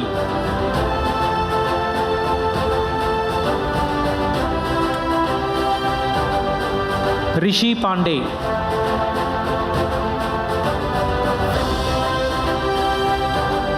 Yes, Minhal Haider.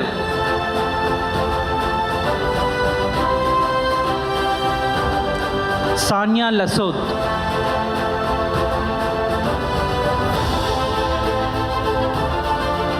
Sahil Gupta.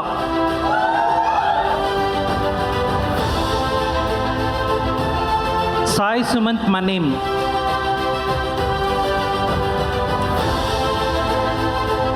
Shakshi Devidas Chaudhary.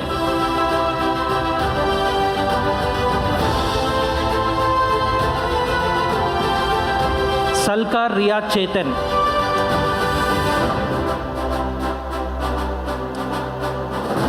Samruddhi Chaudhary.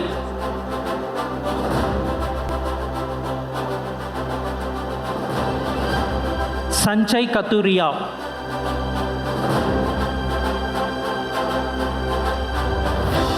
Sanchit Jain.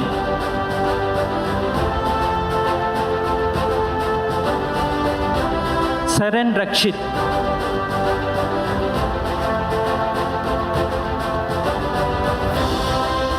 Satvik Narang.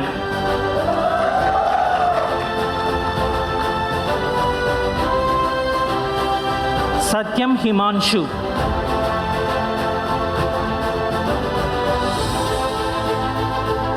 Saurav Gandhi S.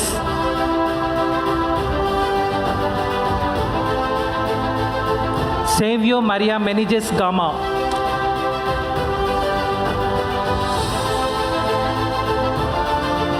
Shekader Shantanu Suhas.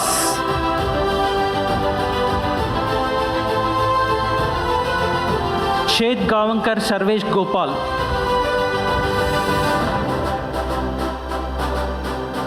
Shreya R.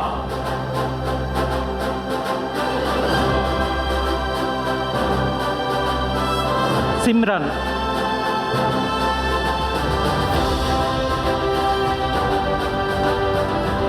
Soham Paul.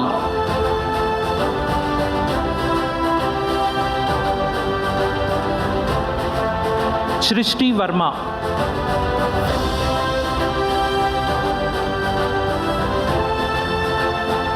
Subhadip Jana.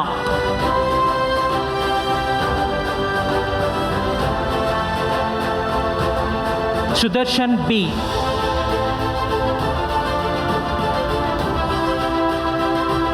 Shurabhi Srikanth Lakhe.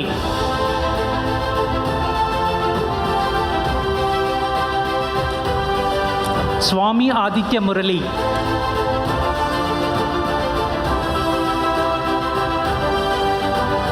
Tanish Kaushik.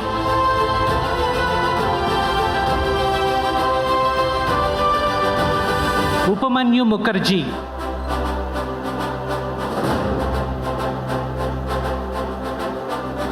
Utsav Sarkar.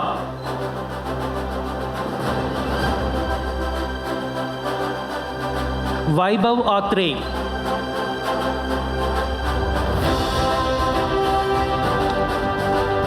Waka Uday Sai Reddy.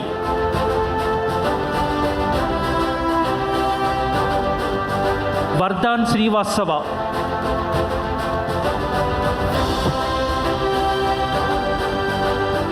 Vasu Gupta.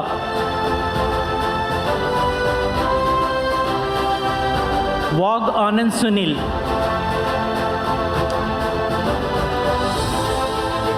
Let us applaud the Postgraduate Diploma in Management, Big Data Analytics, class of 2026.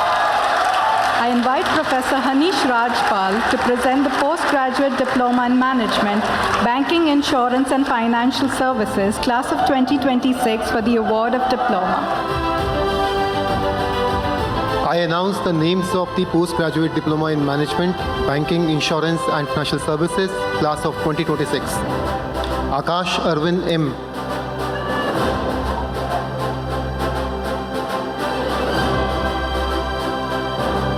Abhinav Yadav.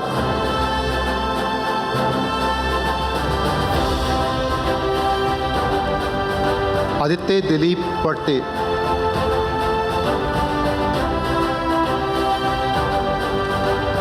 Adnan Nawaz.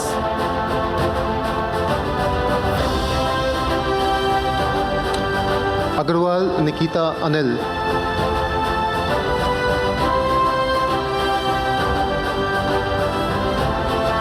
Amritansh Mishra.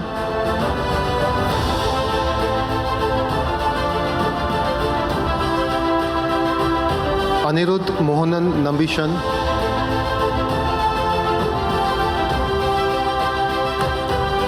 Ankita Somakumar.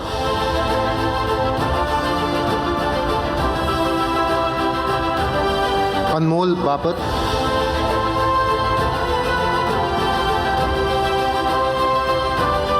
Anthony Joseph.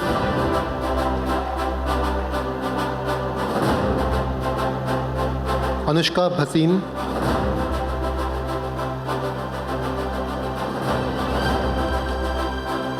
Ayush Agrawal.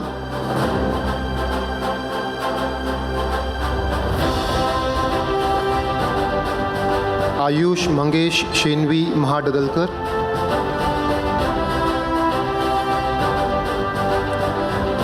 Bhatt Rajni Dharamdev.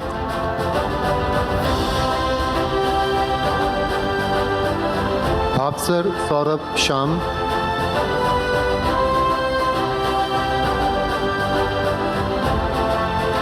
Catherine Ann Andrews,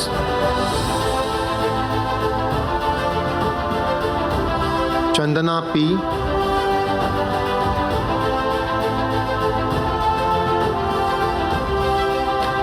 चिरुशल Babu शरण,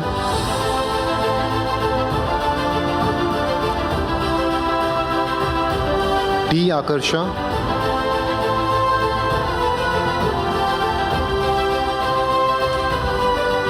दिव्या परेश प्रभु लवंदे, गुप्ता सुरेश काशीनाथ,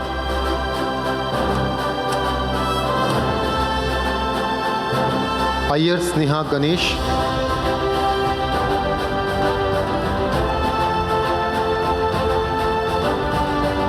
जादव आदित्य निवृत्ति,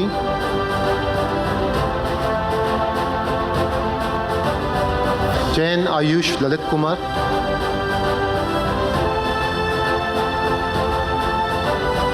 Jatin Arora,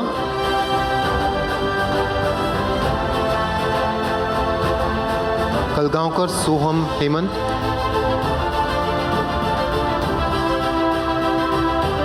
Keshav Notani,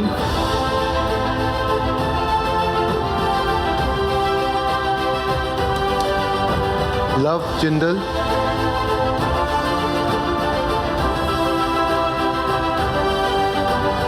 lucky Garg,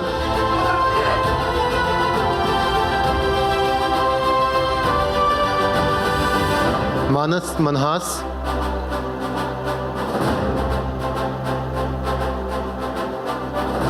Maurya Bhatt,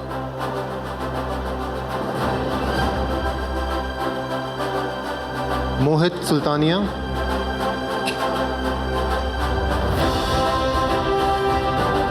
N वैशीष,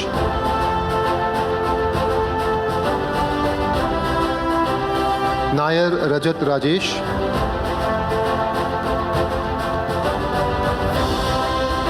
निधि मुरलीधर पराते,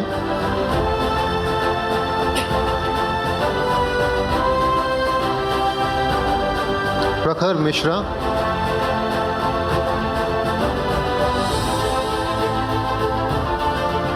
प्रणव गगानन,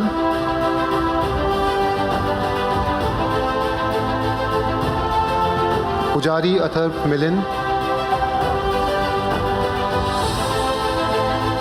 पुनीत सलूजा,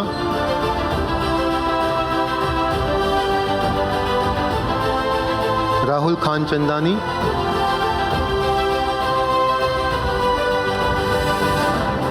रिया खंडेलवाल,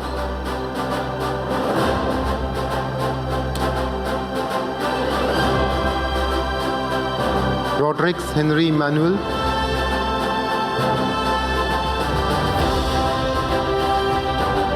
संजय सिंह राजपुरोहित,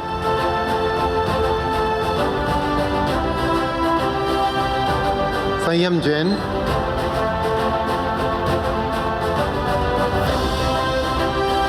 शेखर सुरेश पाटिल,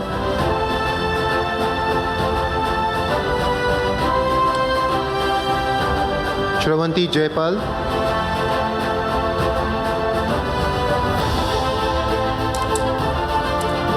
सिमरन पहवा,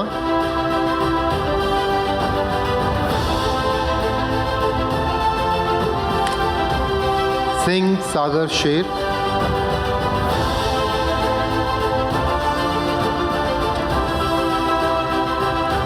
सिंह विवेक अरविंद,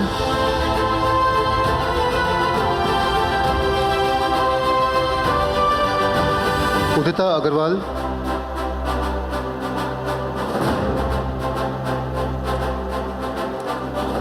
वैभव मित्तल,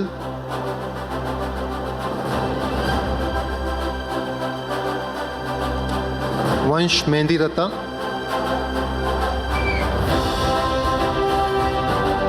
वंशिका सिंह,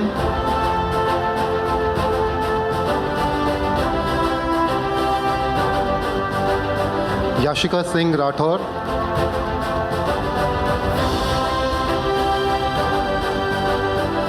येरा कुमार राजा,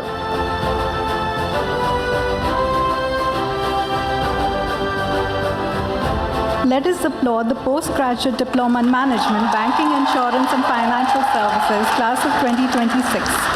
I invite Professor Rohit Prabhudesai to present the Postgraduate Diploma in Management, Hybrid, class of 2025 for the award of diploma.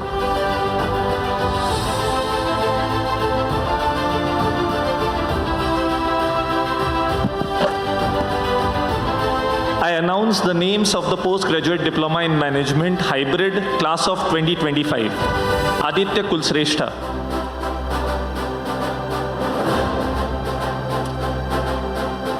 Apte Hiram Hari.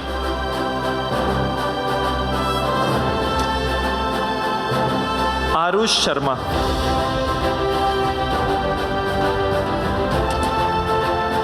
Barnetto Noah John.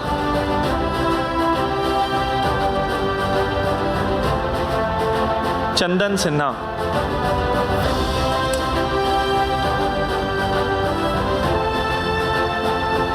D'Souza Mikhail Agnello. D'Souza Royston Joachim.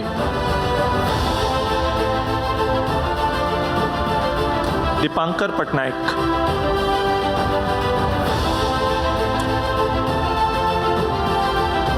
Devinder Kaur.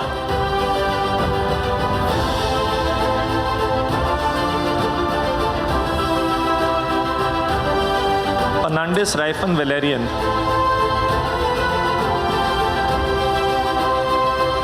Gaonkar Ankita Budaji.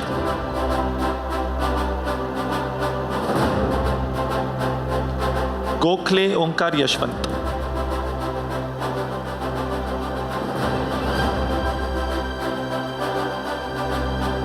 Gunjan Toshniwal.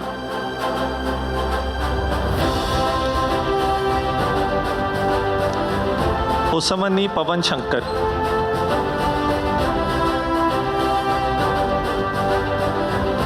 जननायक सागर प्रकाश.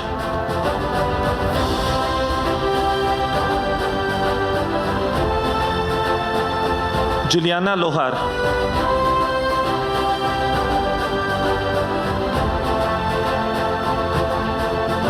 लीना चौधरी.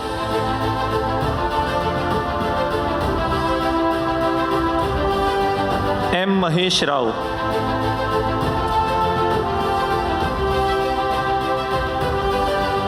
मालदार Mahnaz Abdul.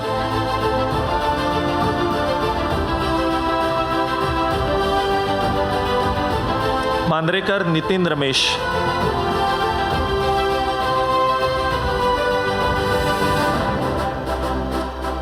Mendonsa Aaron Benedict.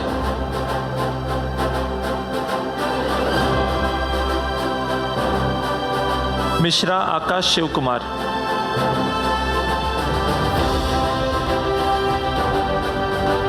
Nagarathna Hugar.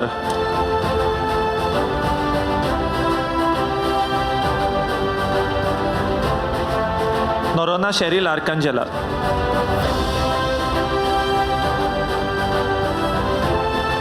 Palve Shrikant Shankar.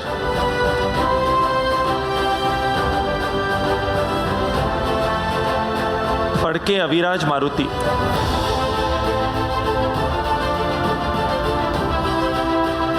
Puja.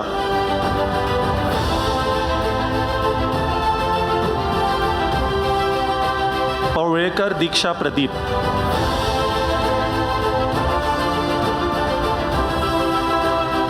Prabhu Desai Paresh Satish.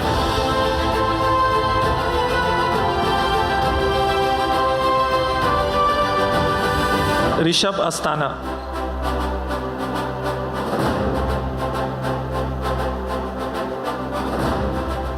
Rupashree are.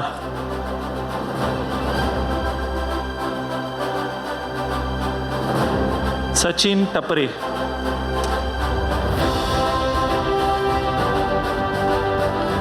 Salgaonkar Gauri Suresh.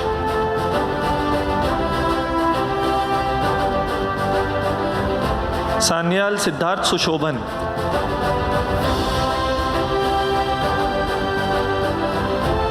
Saurabh Kumar day.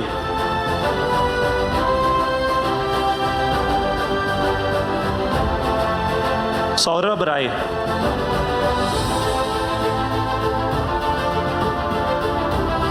Shiv Prasad Yadav,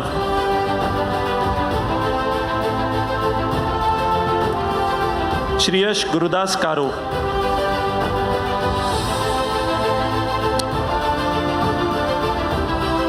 उमरिये Rujuta रेशा Manoj,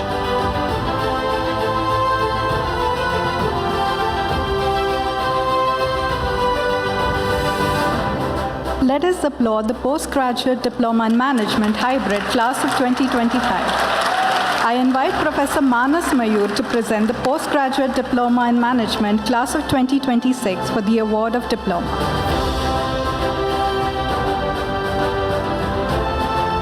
I announce the names of the Postgraduate Diploma in Management Class of 2026. Aaron Jacob Matthew.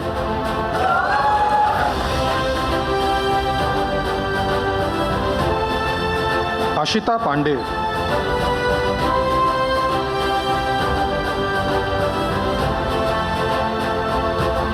Abhishek Kumar.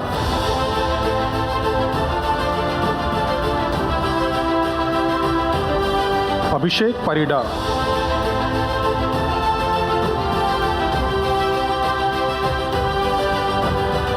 Abhishek Philip.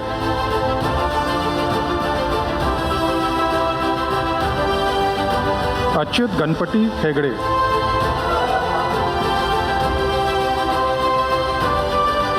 Adhyan Sharma.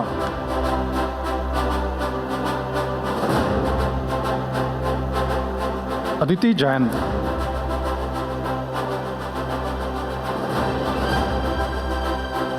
Aditi Rawat.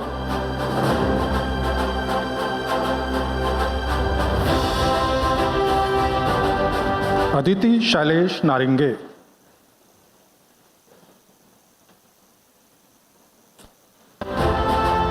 Aditi Tiwari.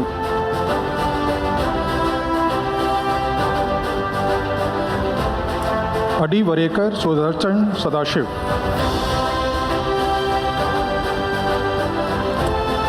Ekant Bakshi.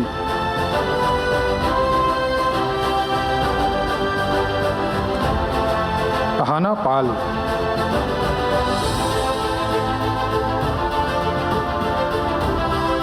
Akash Shibu.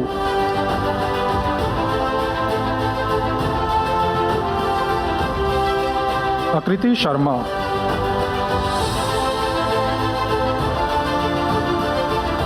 Akshat Khurana.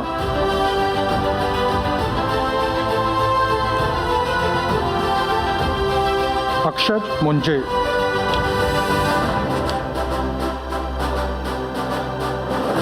Akshat Manish Kochar.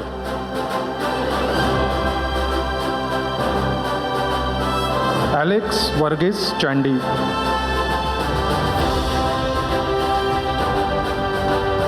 Aniket Chakravarti.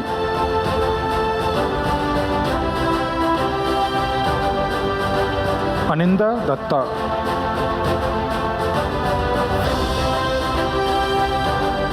Anish Prasad Nayak.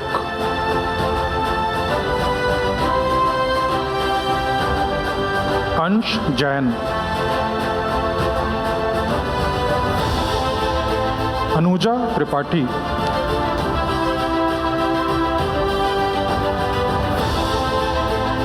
Anurag Gupta.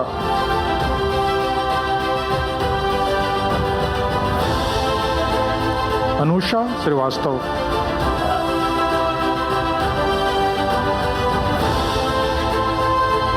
Aparajito Majumdar.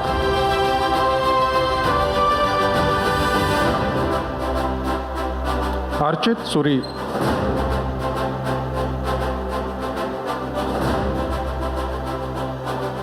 Aritra Bose.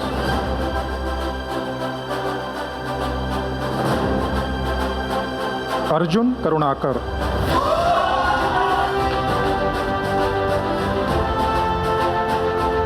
Arnav Goyal.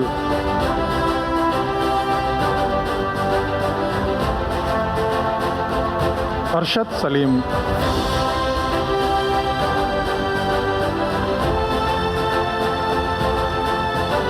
Aryaman Taparia.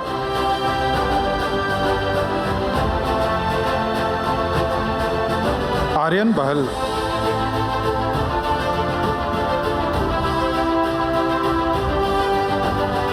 Aryan Bishnoi,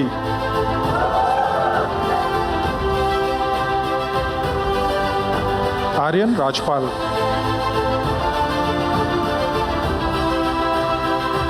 Ashwin Anil,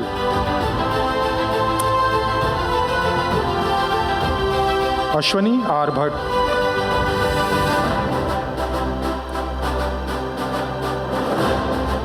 AVI Mundra,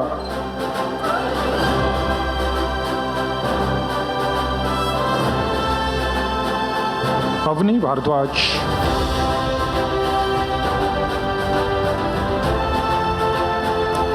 Ayush Alok Prabhakar,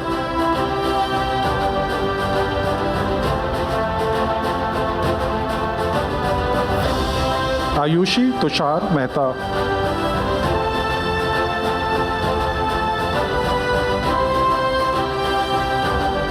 BS Vishwanath,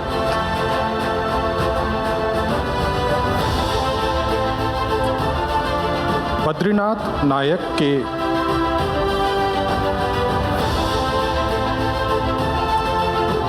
वर्षा रॉय,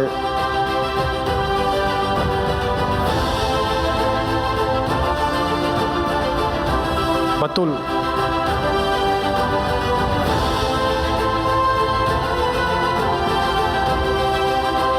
भंडारकर विक्रम जनार्दन,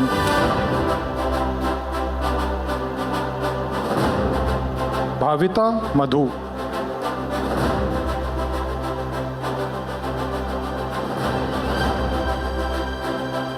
चैतन्य प्रशील,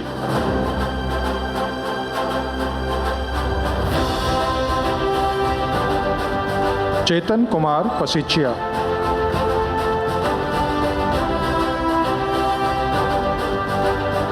चिराग अग्रवाल,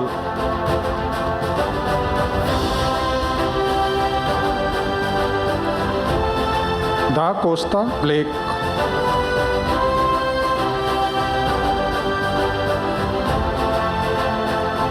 दा सिल्वा Daniel Matthew,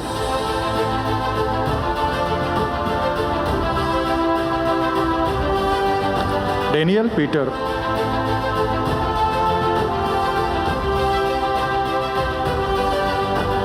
दर्शन S,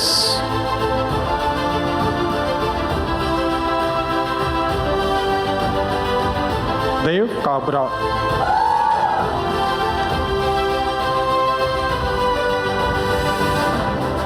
देशना पंकज बागरेचा,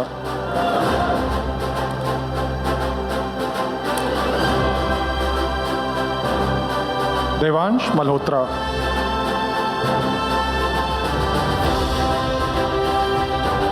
देवश्री शाह,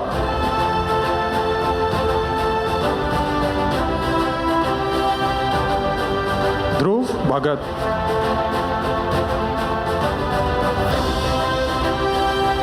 ध्रुव रूपारेल,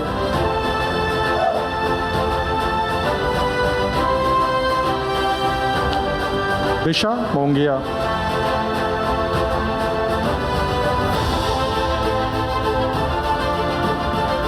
दिवेता मिश्रा,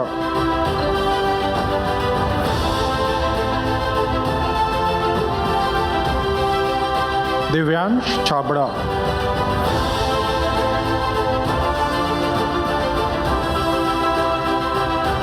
दिया पटेल,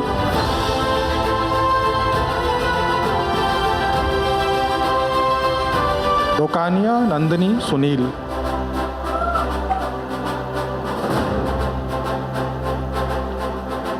डोंड नम्रता सुनील,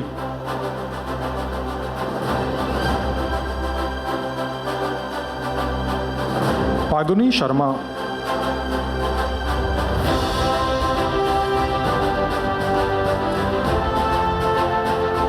फातेमा जकरिया जरीवाला,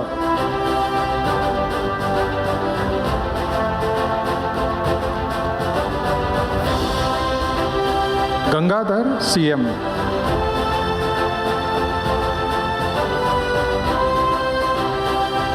गार्गी पांडे,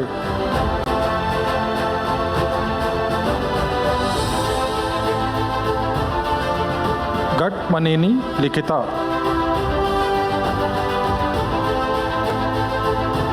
गौरव वाधवानी,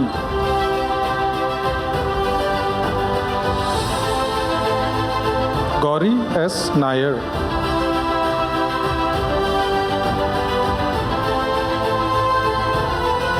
गीतांश मलिक,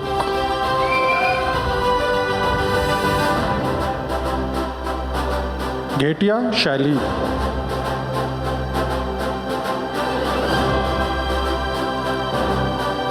घोणे शुभम शांताराम,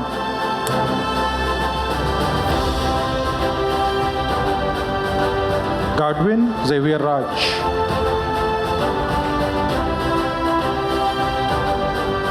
गुडी मेतला सत्या मंजुनाथा रेड्डी, हार्दिक जैन,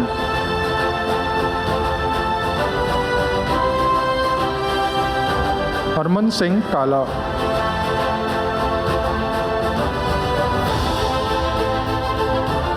हर्ष Makhija,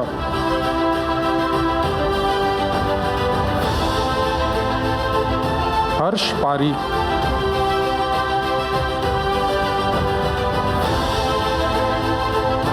Harshal Jaju,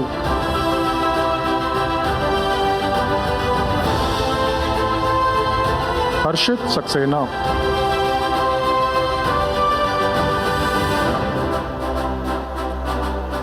इंदोचा धर्मिल Manharlal,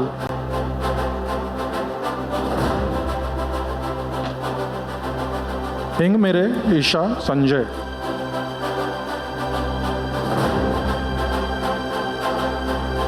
Hitansh Mittal,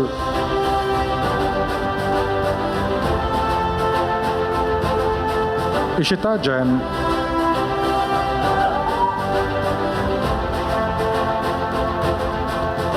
Isaac Matthew कलरेक्टल,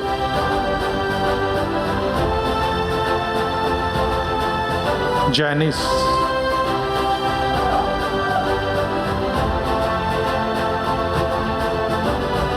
Jatin Kumar खरे,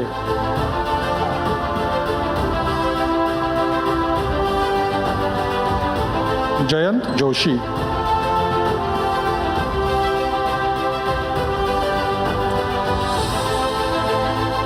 John Liz Abraham,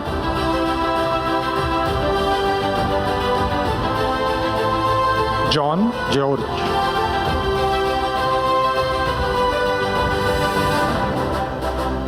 Joseph Derrick साबू,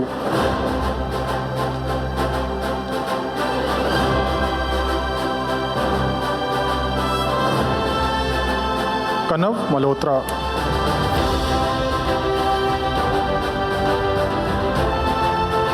कनिषा Kothari L,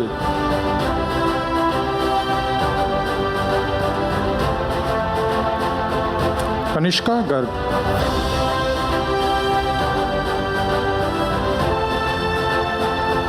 Kasar Ninad Ranjan,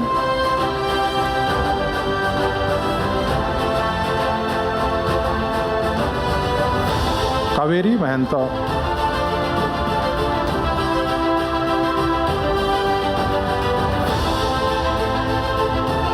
Keith Samson Pinto,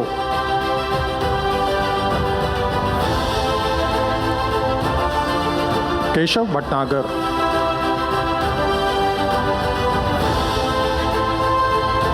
Krrish Surekha,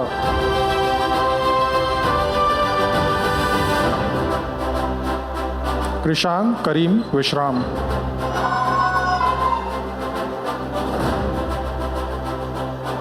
कुशल दीपक वरंदानी,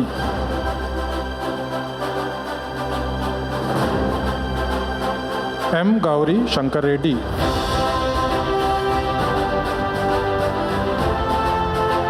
महक शुक्ला,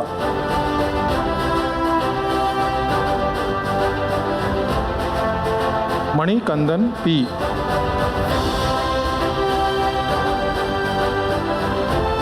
मसूरकर तन्मयी सुनील,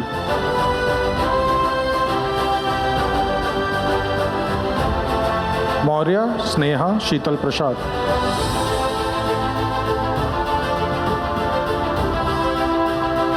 मेघा पराग खांधार,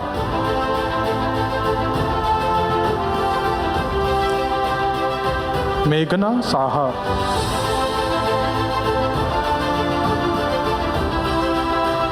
मुस्कान जैन,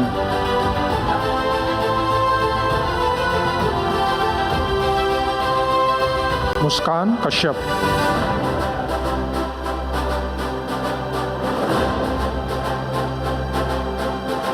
नाजिया मौलाली कंदगल,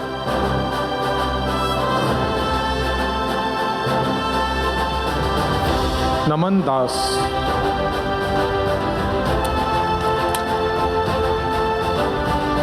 नार्वेकर श्रेया संतोष,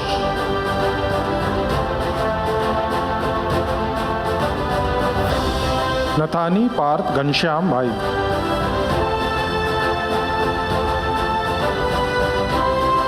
नैना मधु,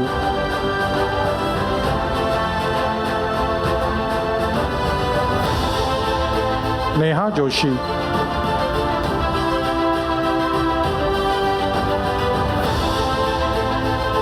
नेमाणे शर्वरी महादेव,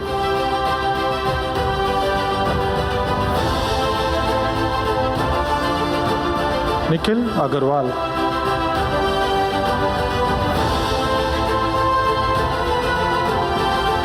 निखिल महाजन,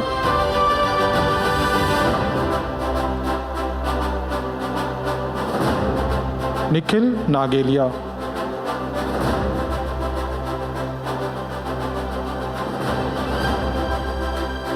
निखिलेश प्रकाश मिश्रा,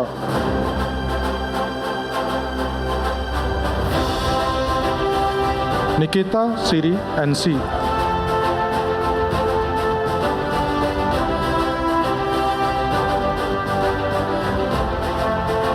निमिषा कमला NS,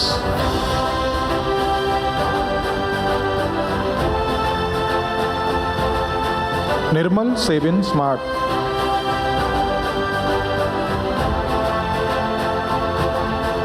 Nitish Kumar Jha,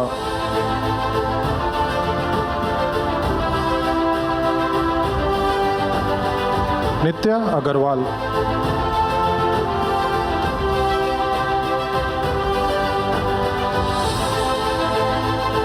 Nupur Pandey,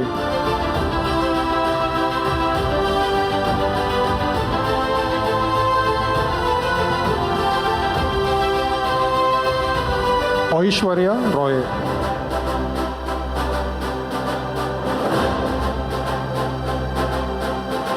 Ojaswini Sharma,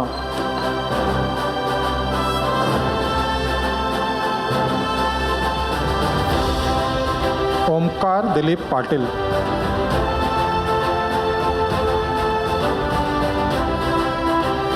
P प्रिया प्रणीता,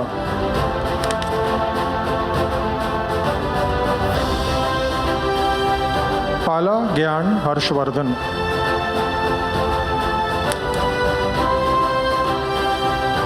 पलक मुच्छल,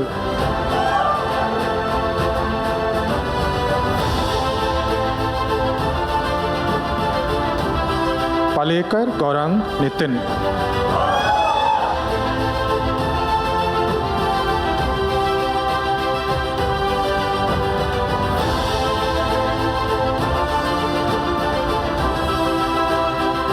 पार्थ अनिल रहेजा,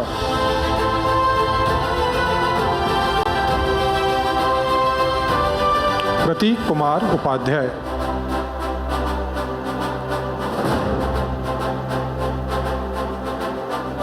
प्रिया तिवारी,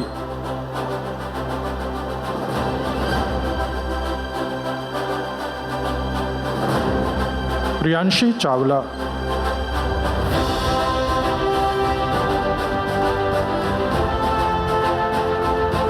प्रियांशी खत्री,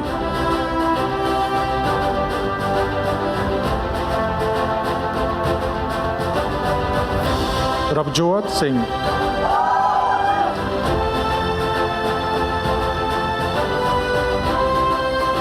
रचित राज Dangi,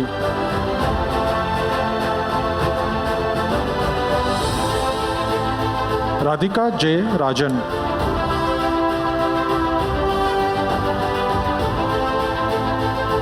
Raghav Rathi are,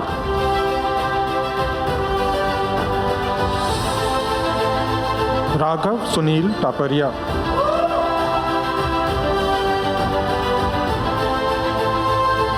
Rahul Dhanuka,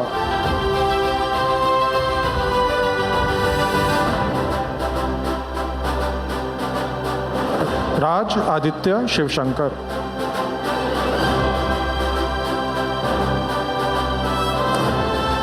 राज जयंत मडियार,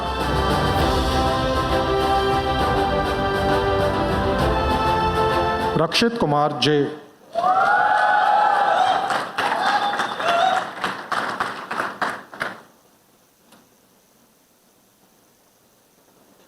रेणुका खटवानी,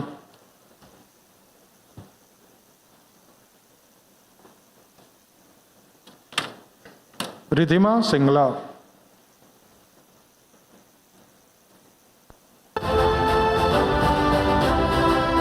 ऋद्वेश गुप्ता मडुगला,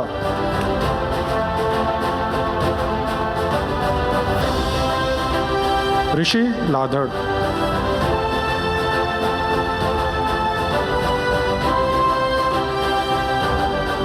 ऋषिका अग्रवाल,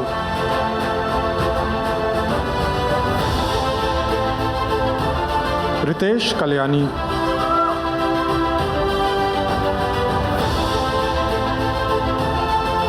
ऋतिक गंगवानी,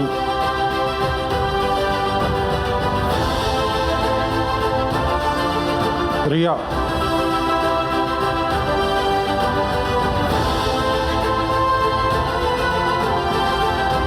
रिया लेकवानी,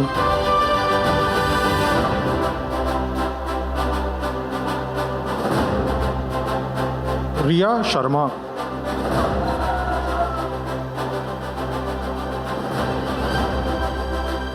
रोचन गोयल,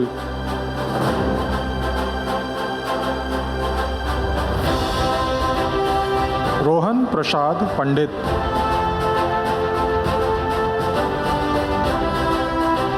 रोनित रे,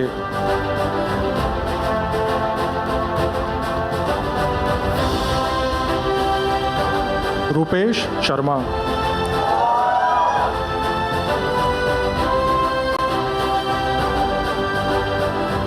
Rossouw Ouseph,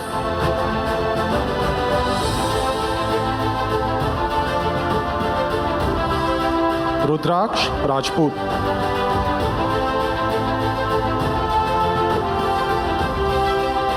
Ruikar Nikhil पराग,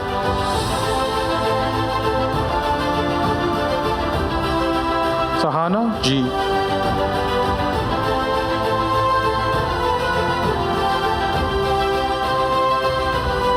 सहे Narayanan S,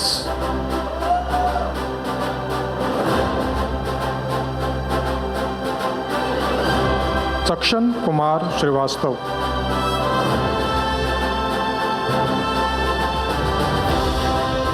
साक्षी अग्रवाल,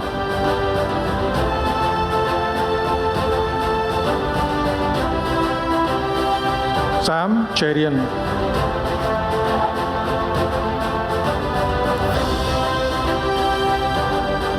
समन्विता P Belwadi,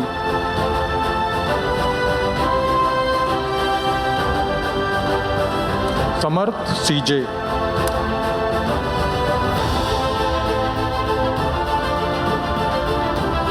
समर्थ जैन,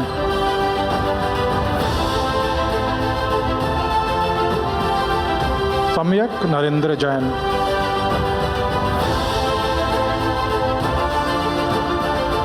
साची मनचंदा,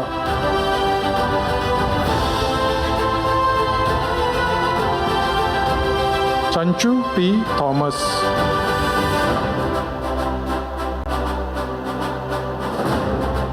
संकल्प Sharma,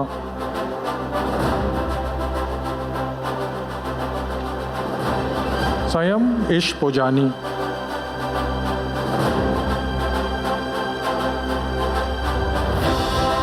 सारण्या Kumar,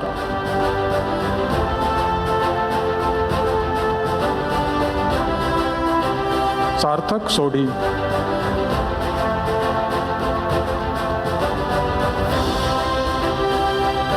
Satyarth Singh,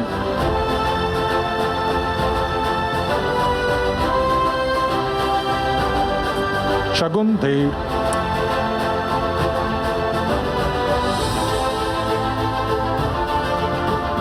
Chanel Gupta,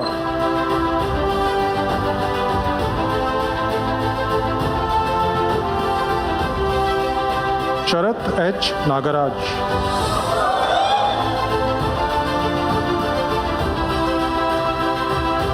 Shikhil Sharma,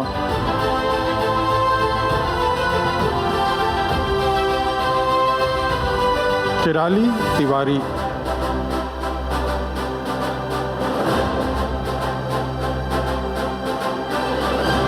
Shobhit Dhingra,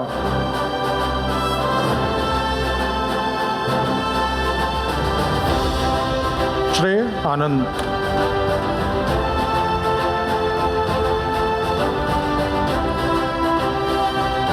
Shreya Mathur,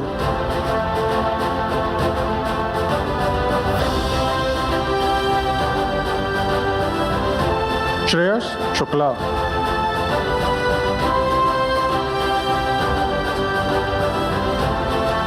Shriyansh Verma,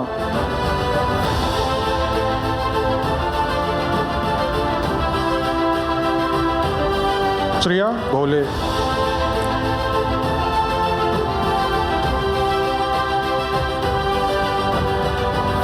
Srusti I. Mulgun,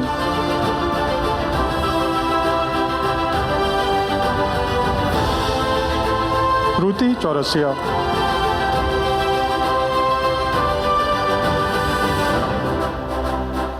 Shruti Kansal,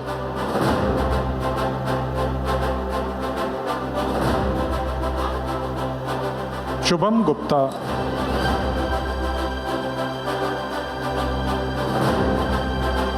Shubhra Gupta,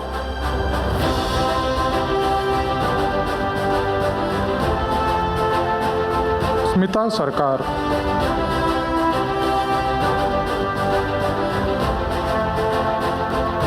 Sneha Rani,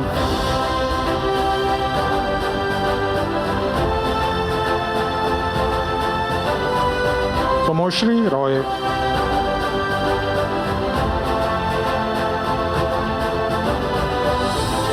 Saurabh Nemgowd,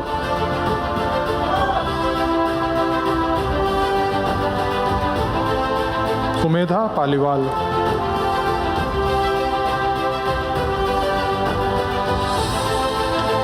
Sumit Kaushik,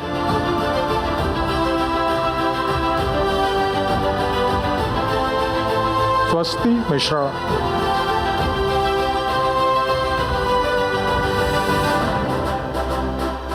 Sayyid Suleiman Habib Qadri,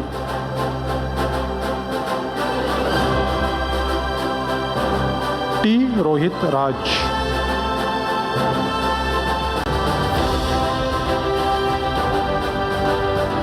Tanvi Goel,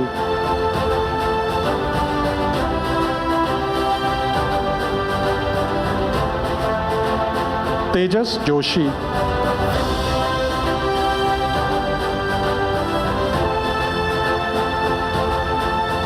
Terence Rosario Pantaleo Norona,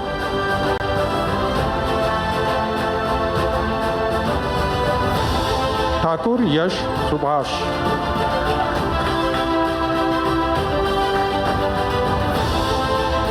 Toshniwal Abhijit Jagdish,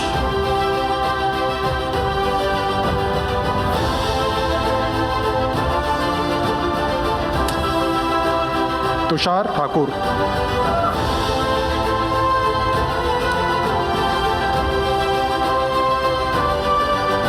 Twinkle,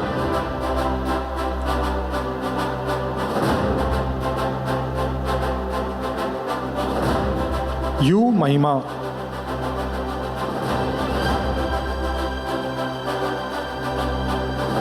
Vaibhav Jhunjhunwala,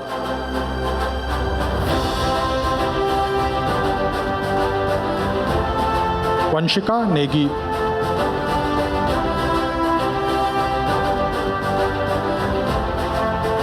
Vaida Dhe Dharmesh,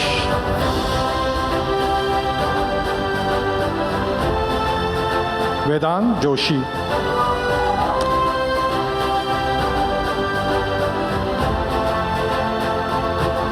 Venkatesh alias Dattaraj Sandeep Kawate.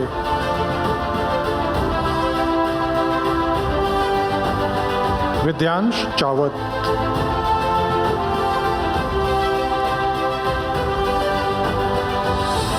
Vishal Jain.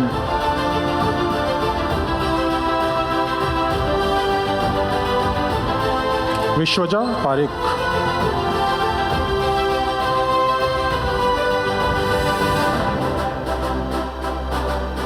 Vismeet Kaur.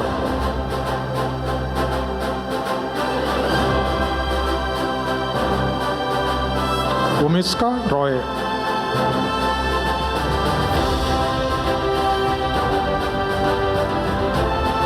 Vunnawa Amulya.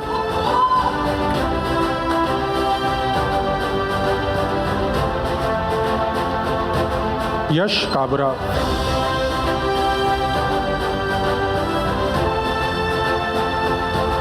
Yash Vinayak Bhatt.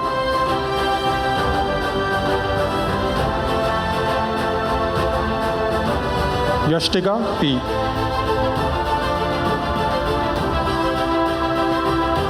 Let us applaud the postgraduate diploma in management class of 2026.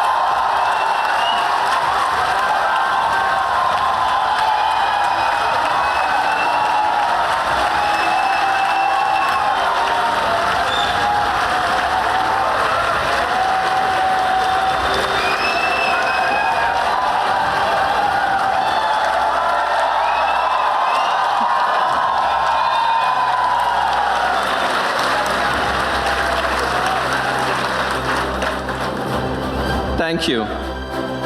Thank you very much, sirs.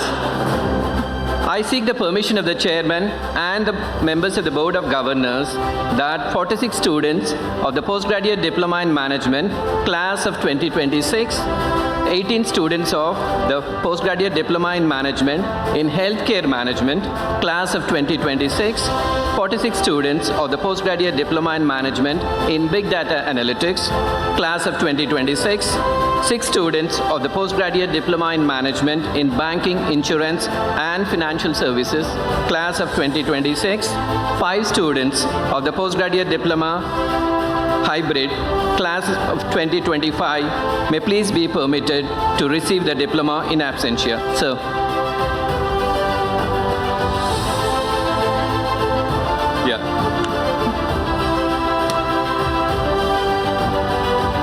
Respected Chairman and Director, may I kindly request you to step forward and sign the graduate register, sir.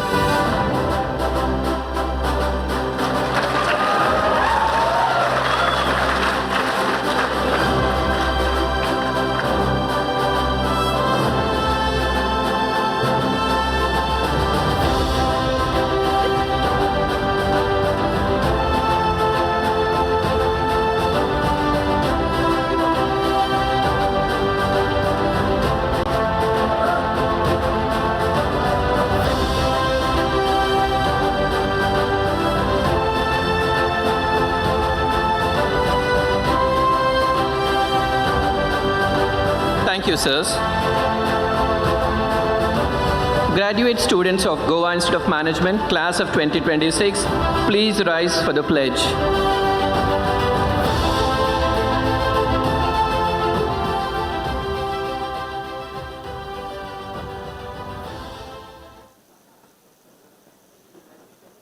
Please repeat after me. We, the graduate students of Goa Institute of Management,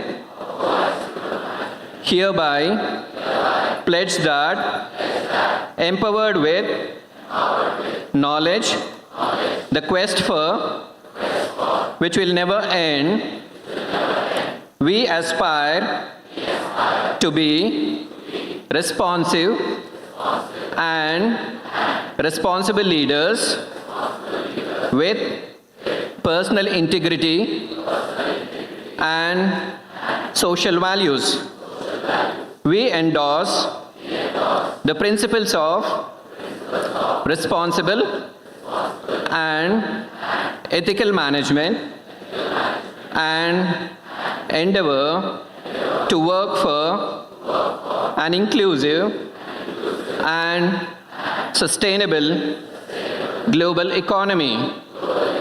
As socially responsible citizens, we commit to make a positive difference in the lives of people and in the society we live.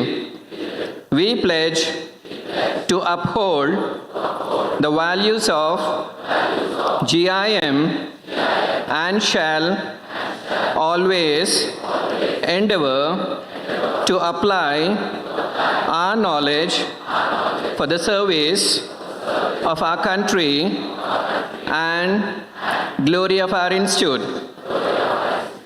Thank you. Please be seated. Dean Academics will now present the medal winners of the convocating batch of 2026.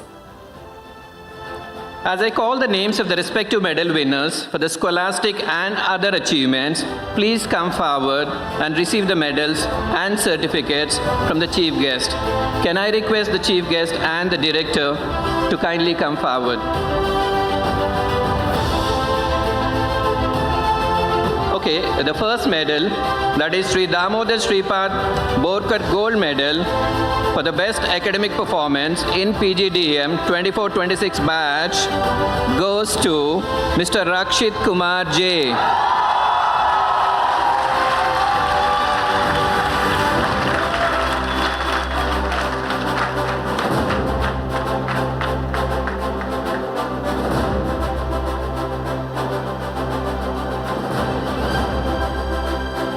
And the Goa Institute of Management Silver Medal for the best academic performance goes to Ms. Kaveri Mahanta.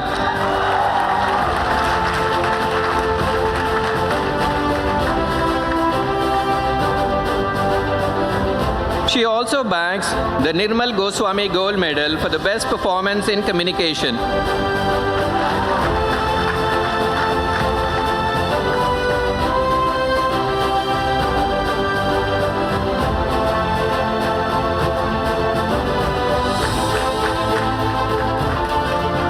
We now move on to the medals for the HCM program. The Goa Institute of Management Gold Medal for the best academic performance is awarded to Mr. Karnail Singh.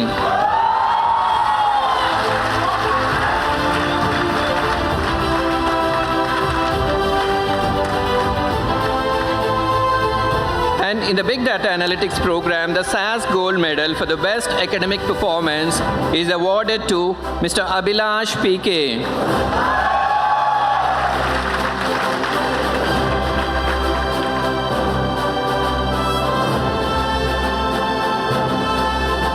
Moving on to the BIFS program, the Goa Institute of Management Gold Medal for the best academic performance is awarded to Ms. Ankita Soma Kumar.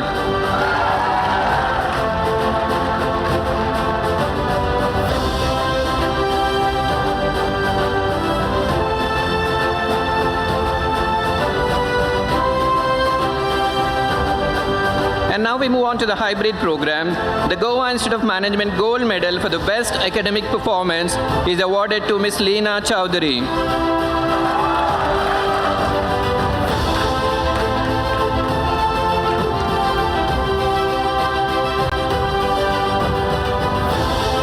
And the Goa Institute of Management Silver Medal for the best academic performance goes to Mr. Deepankar Patnaik.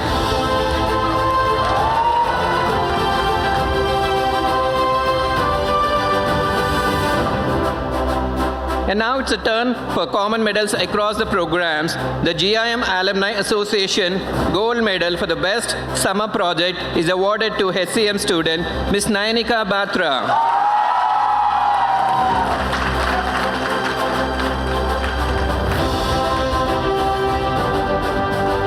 And the Deepa Martins Memorial Gold Medal, which is given in recognition of extracurricular activities, goes to PGDM program, Mr. Aryan Rajpal.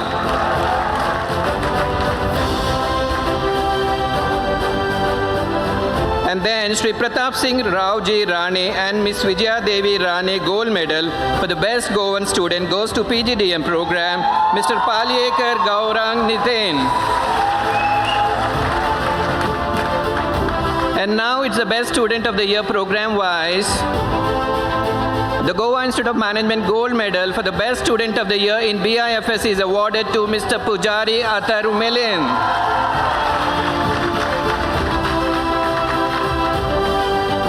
And the Gold Medal in BDA program is awarded to Ms. Shreya R.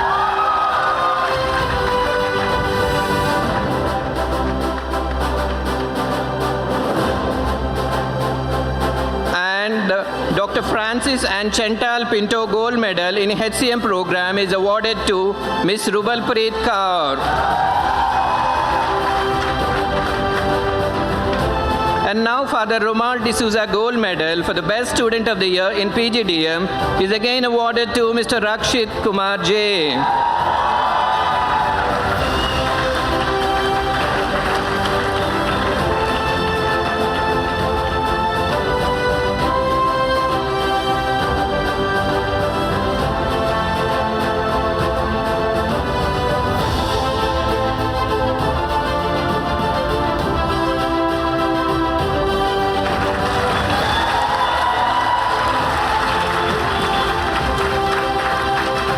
Can we have a round of applause for all the medal winners at one go? Thank you. Thank you, sir. On behalf of the graduating batches, Mr. Rashiv Tripathi will deliver the valedictory address.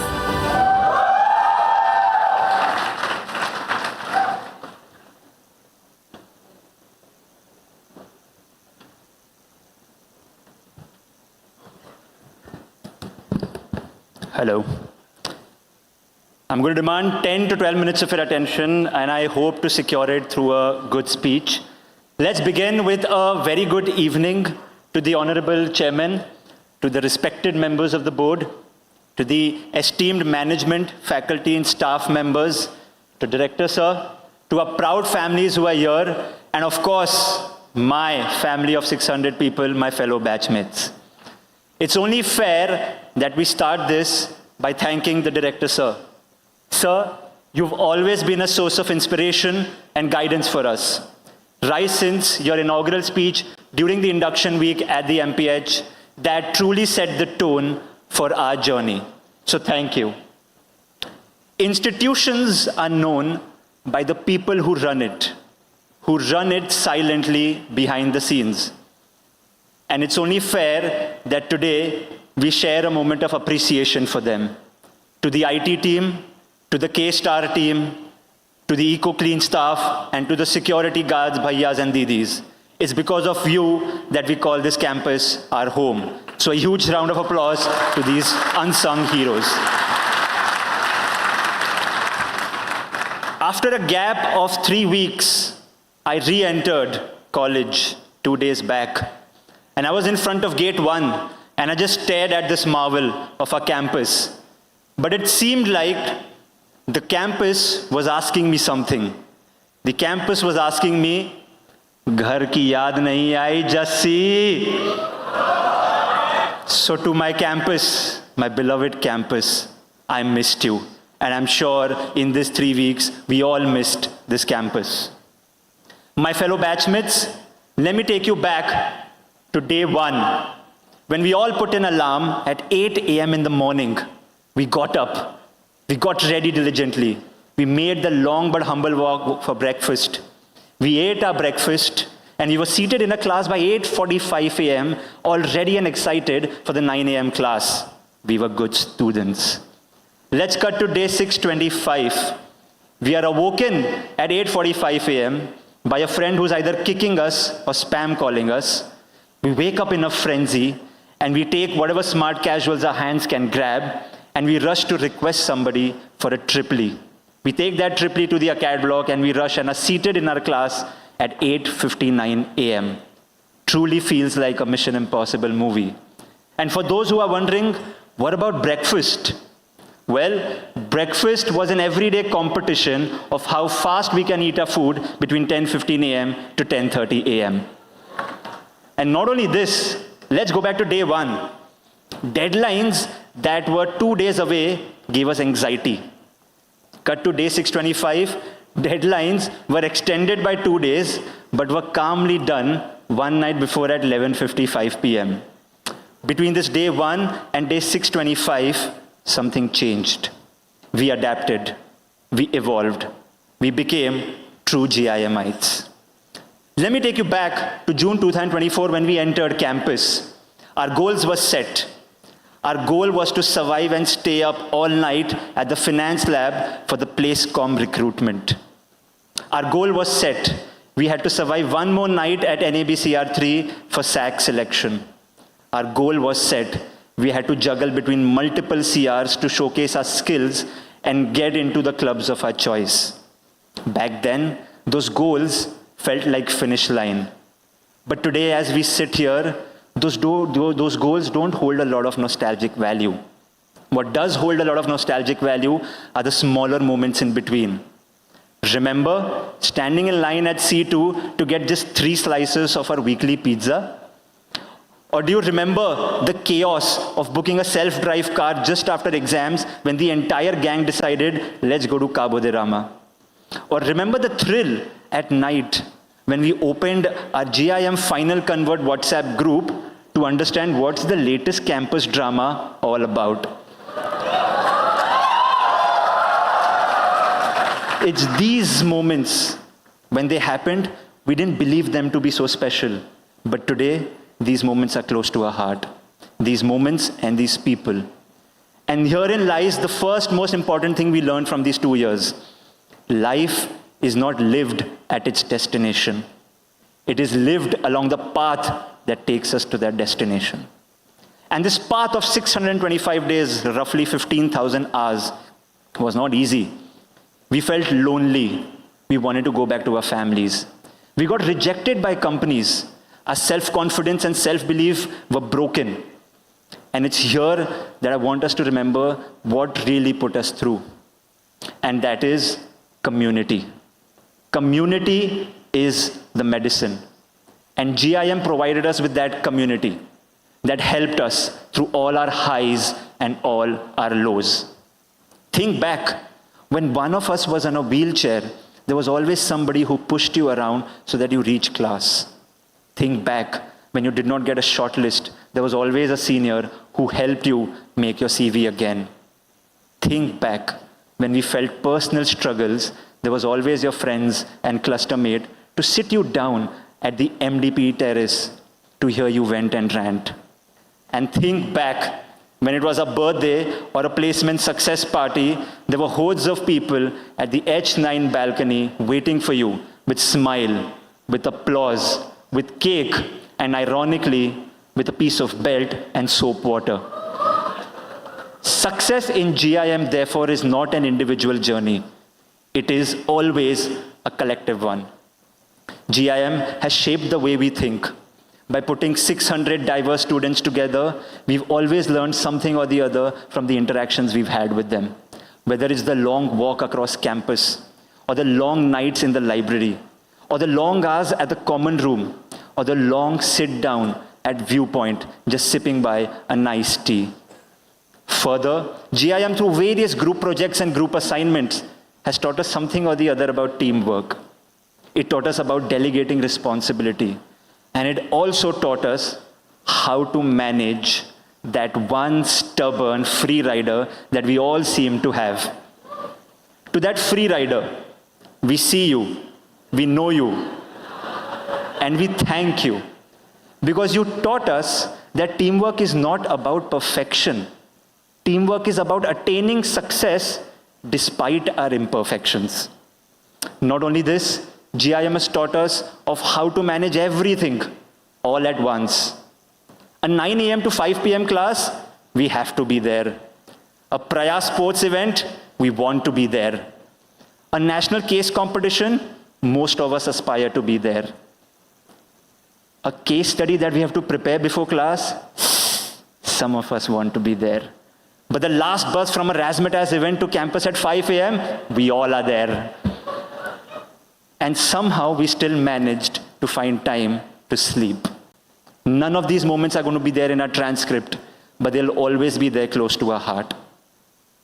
As I begin to conclude my speech, tonight's the last night that we are students of this prestigious institution. So I request all my batchmates to take a pause, to take a moment, look around this venue, look around this campus, take a memory screenshot of this. When we came here, we were 600 different individuals. Now that we are exiting, we are one. We are no more the flagship PGDM program or the marquee HCM program. We are proud alumni of this prestigious institution. We are united in the memories we've created here. We are united in the friendship we forged here. And we are united in our feeling to call this campus our home. Everything that we've gone through in these 2 years has prepared us for what's about to come in life. As we step ahead, there are just 4 pillars of success. We already have the courage. We already have the drive. Now all we need is clarity to see ahead and the patience to keep going. So the 4 pillars of success are already with us. Hausla, Indhan, Nazar, and Sabr. If we have all this, I am fully convinced that success is not going to elude us. From this very podium, at the grand finale, that is our convocation, to the batch of 2024-2026, congratulations on your degree. But more importantly, congratulations on the journey ahead. Until we meet next time, thank you.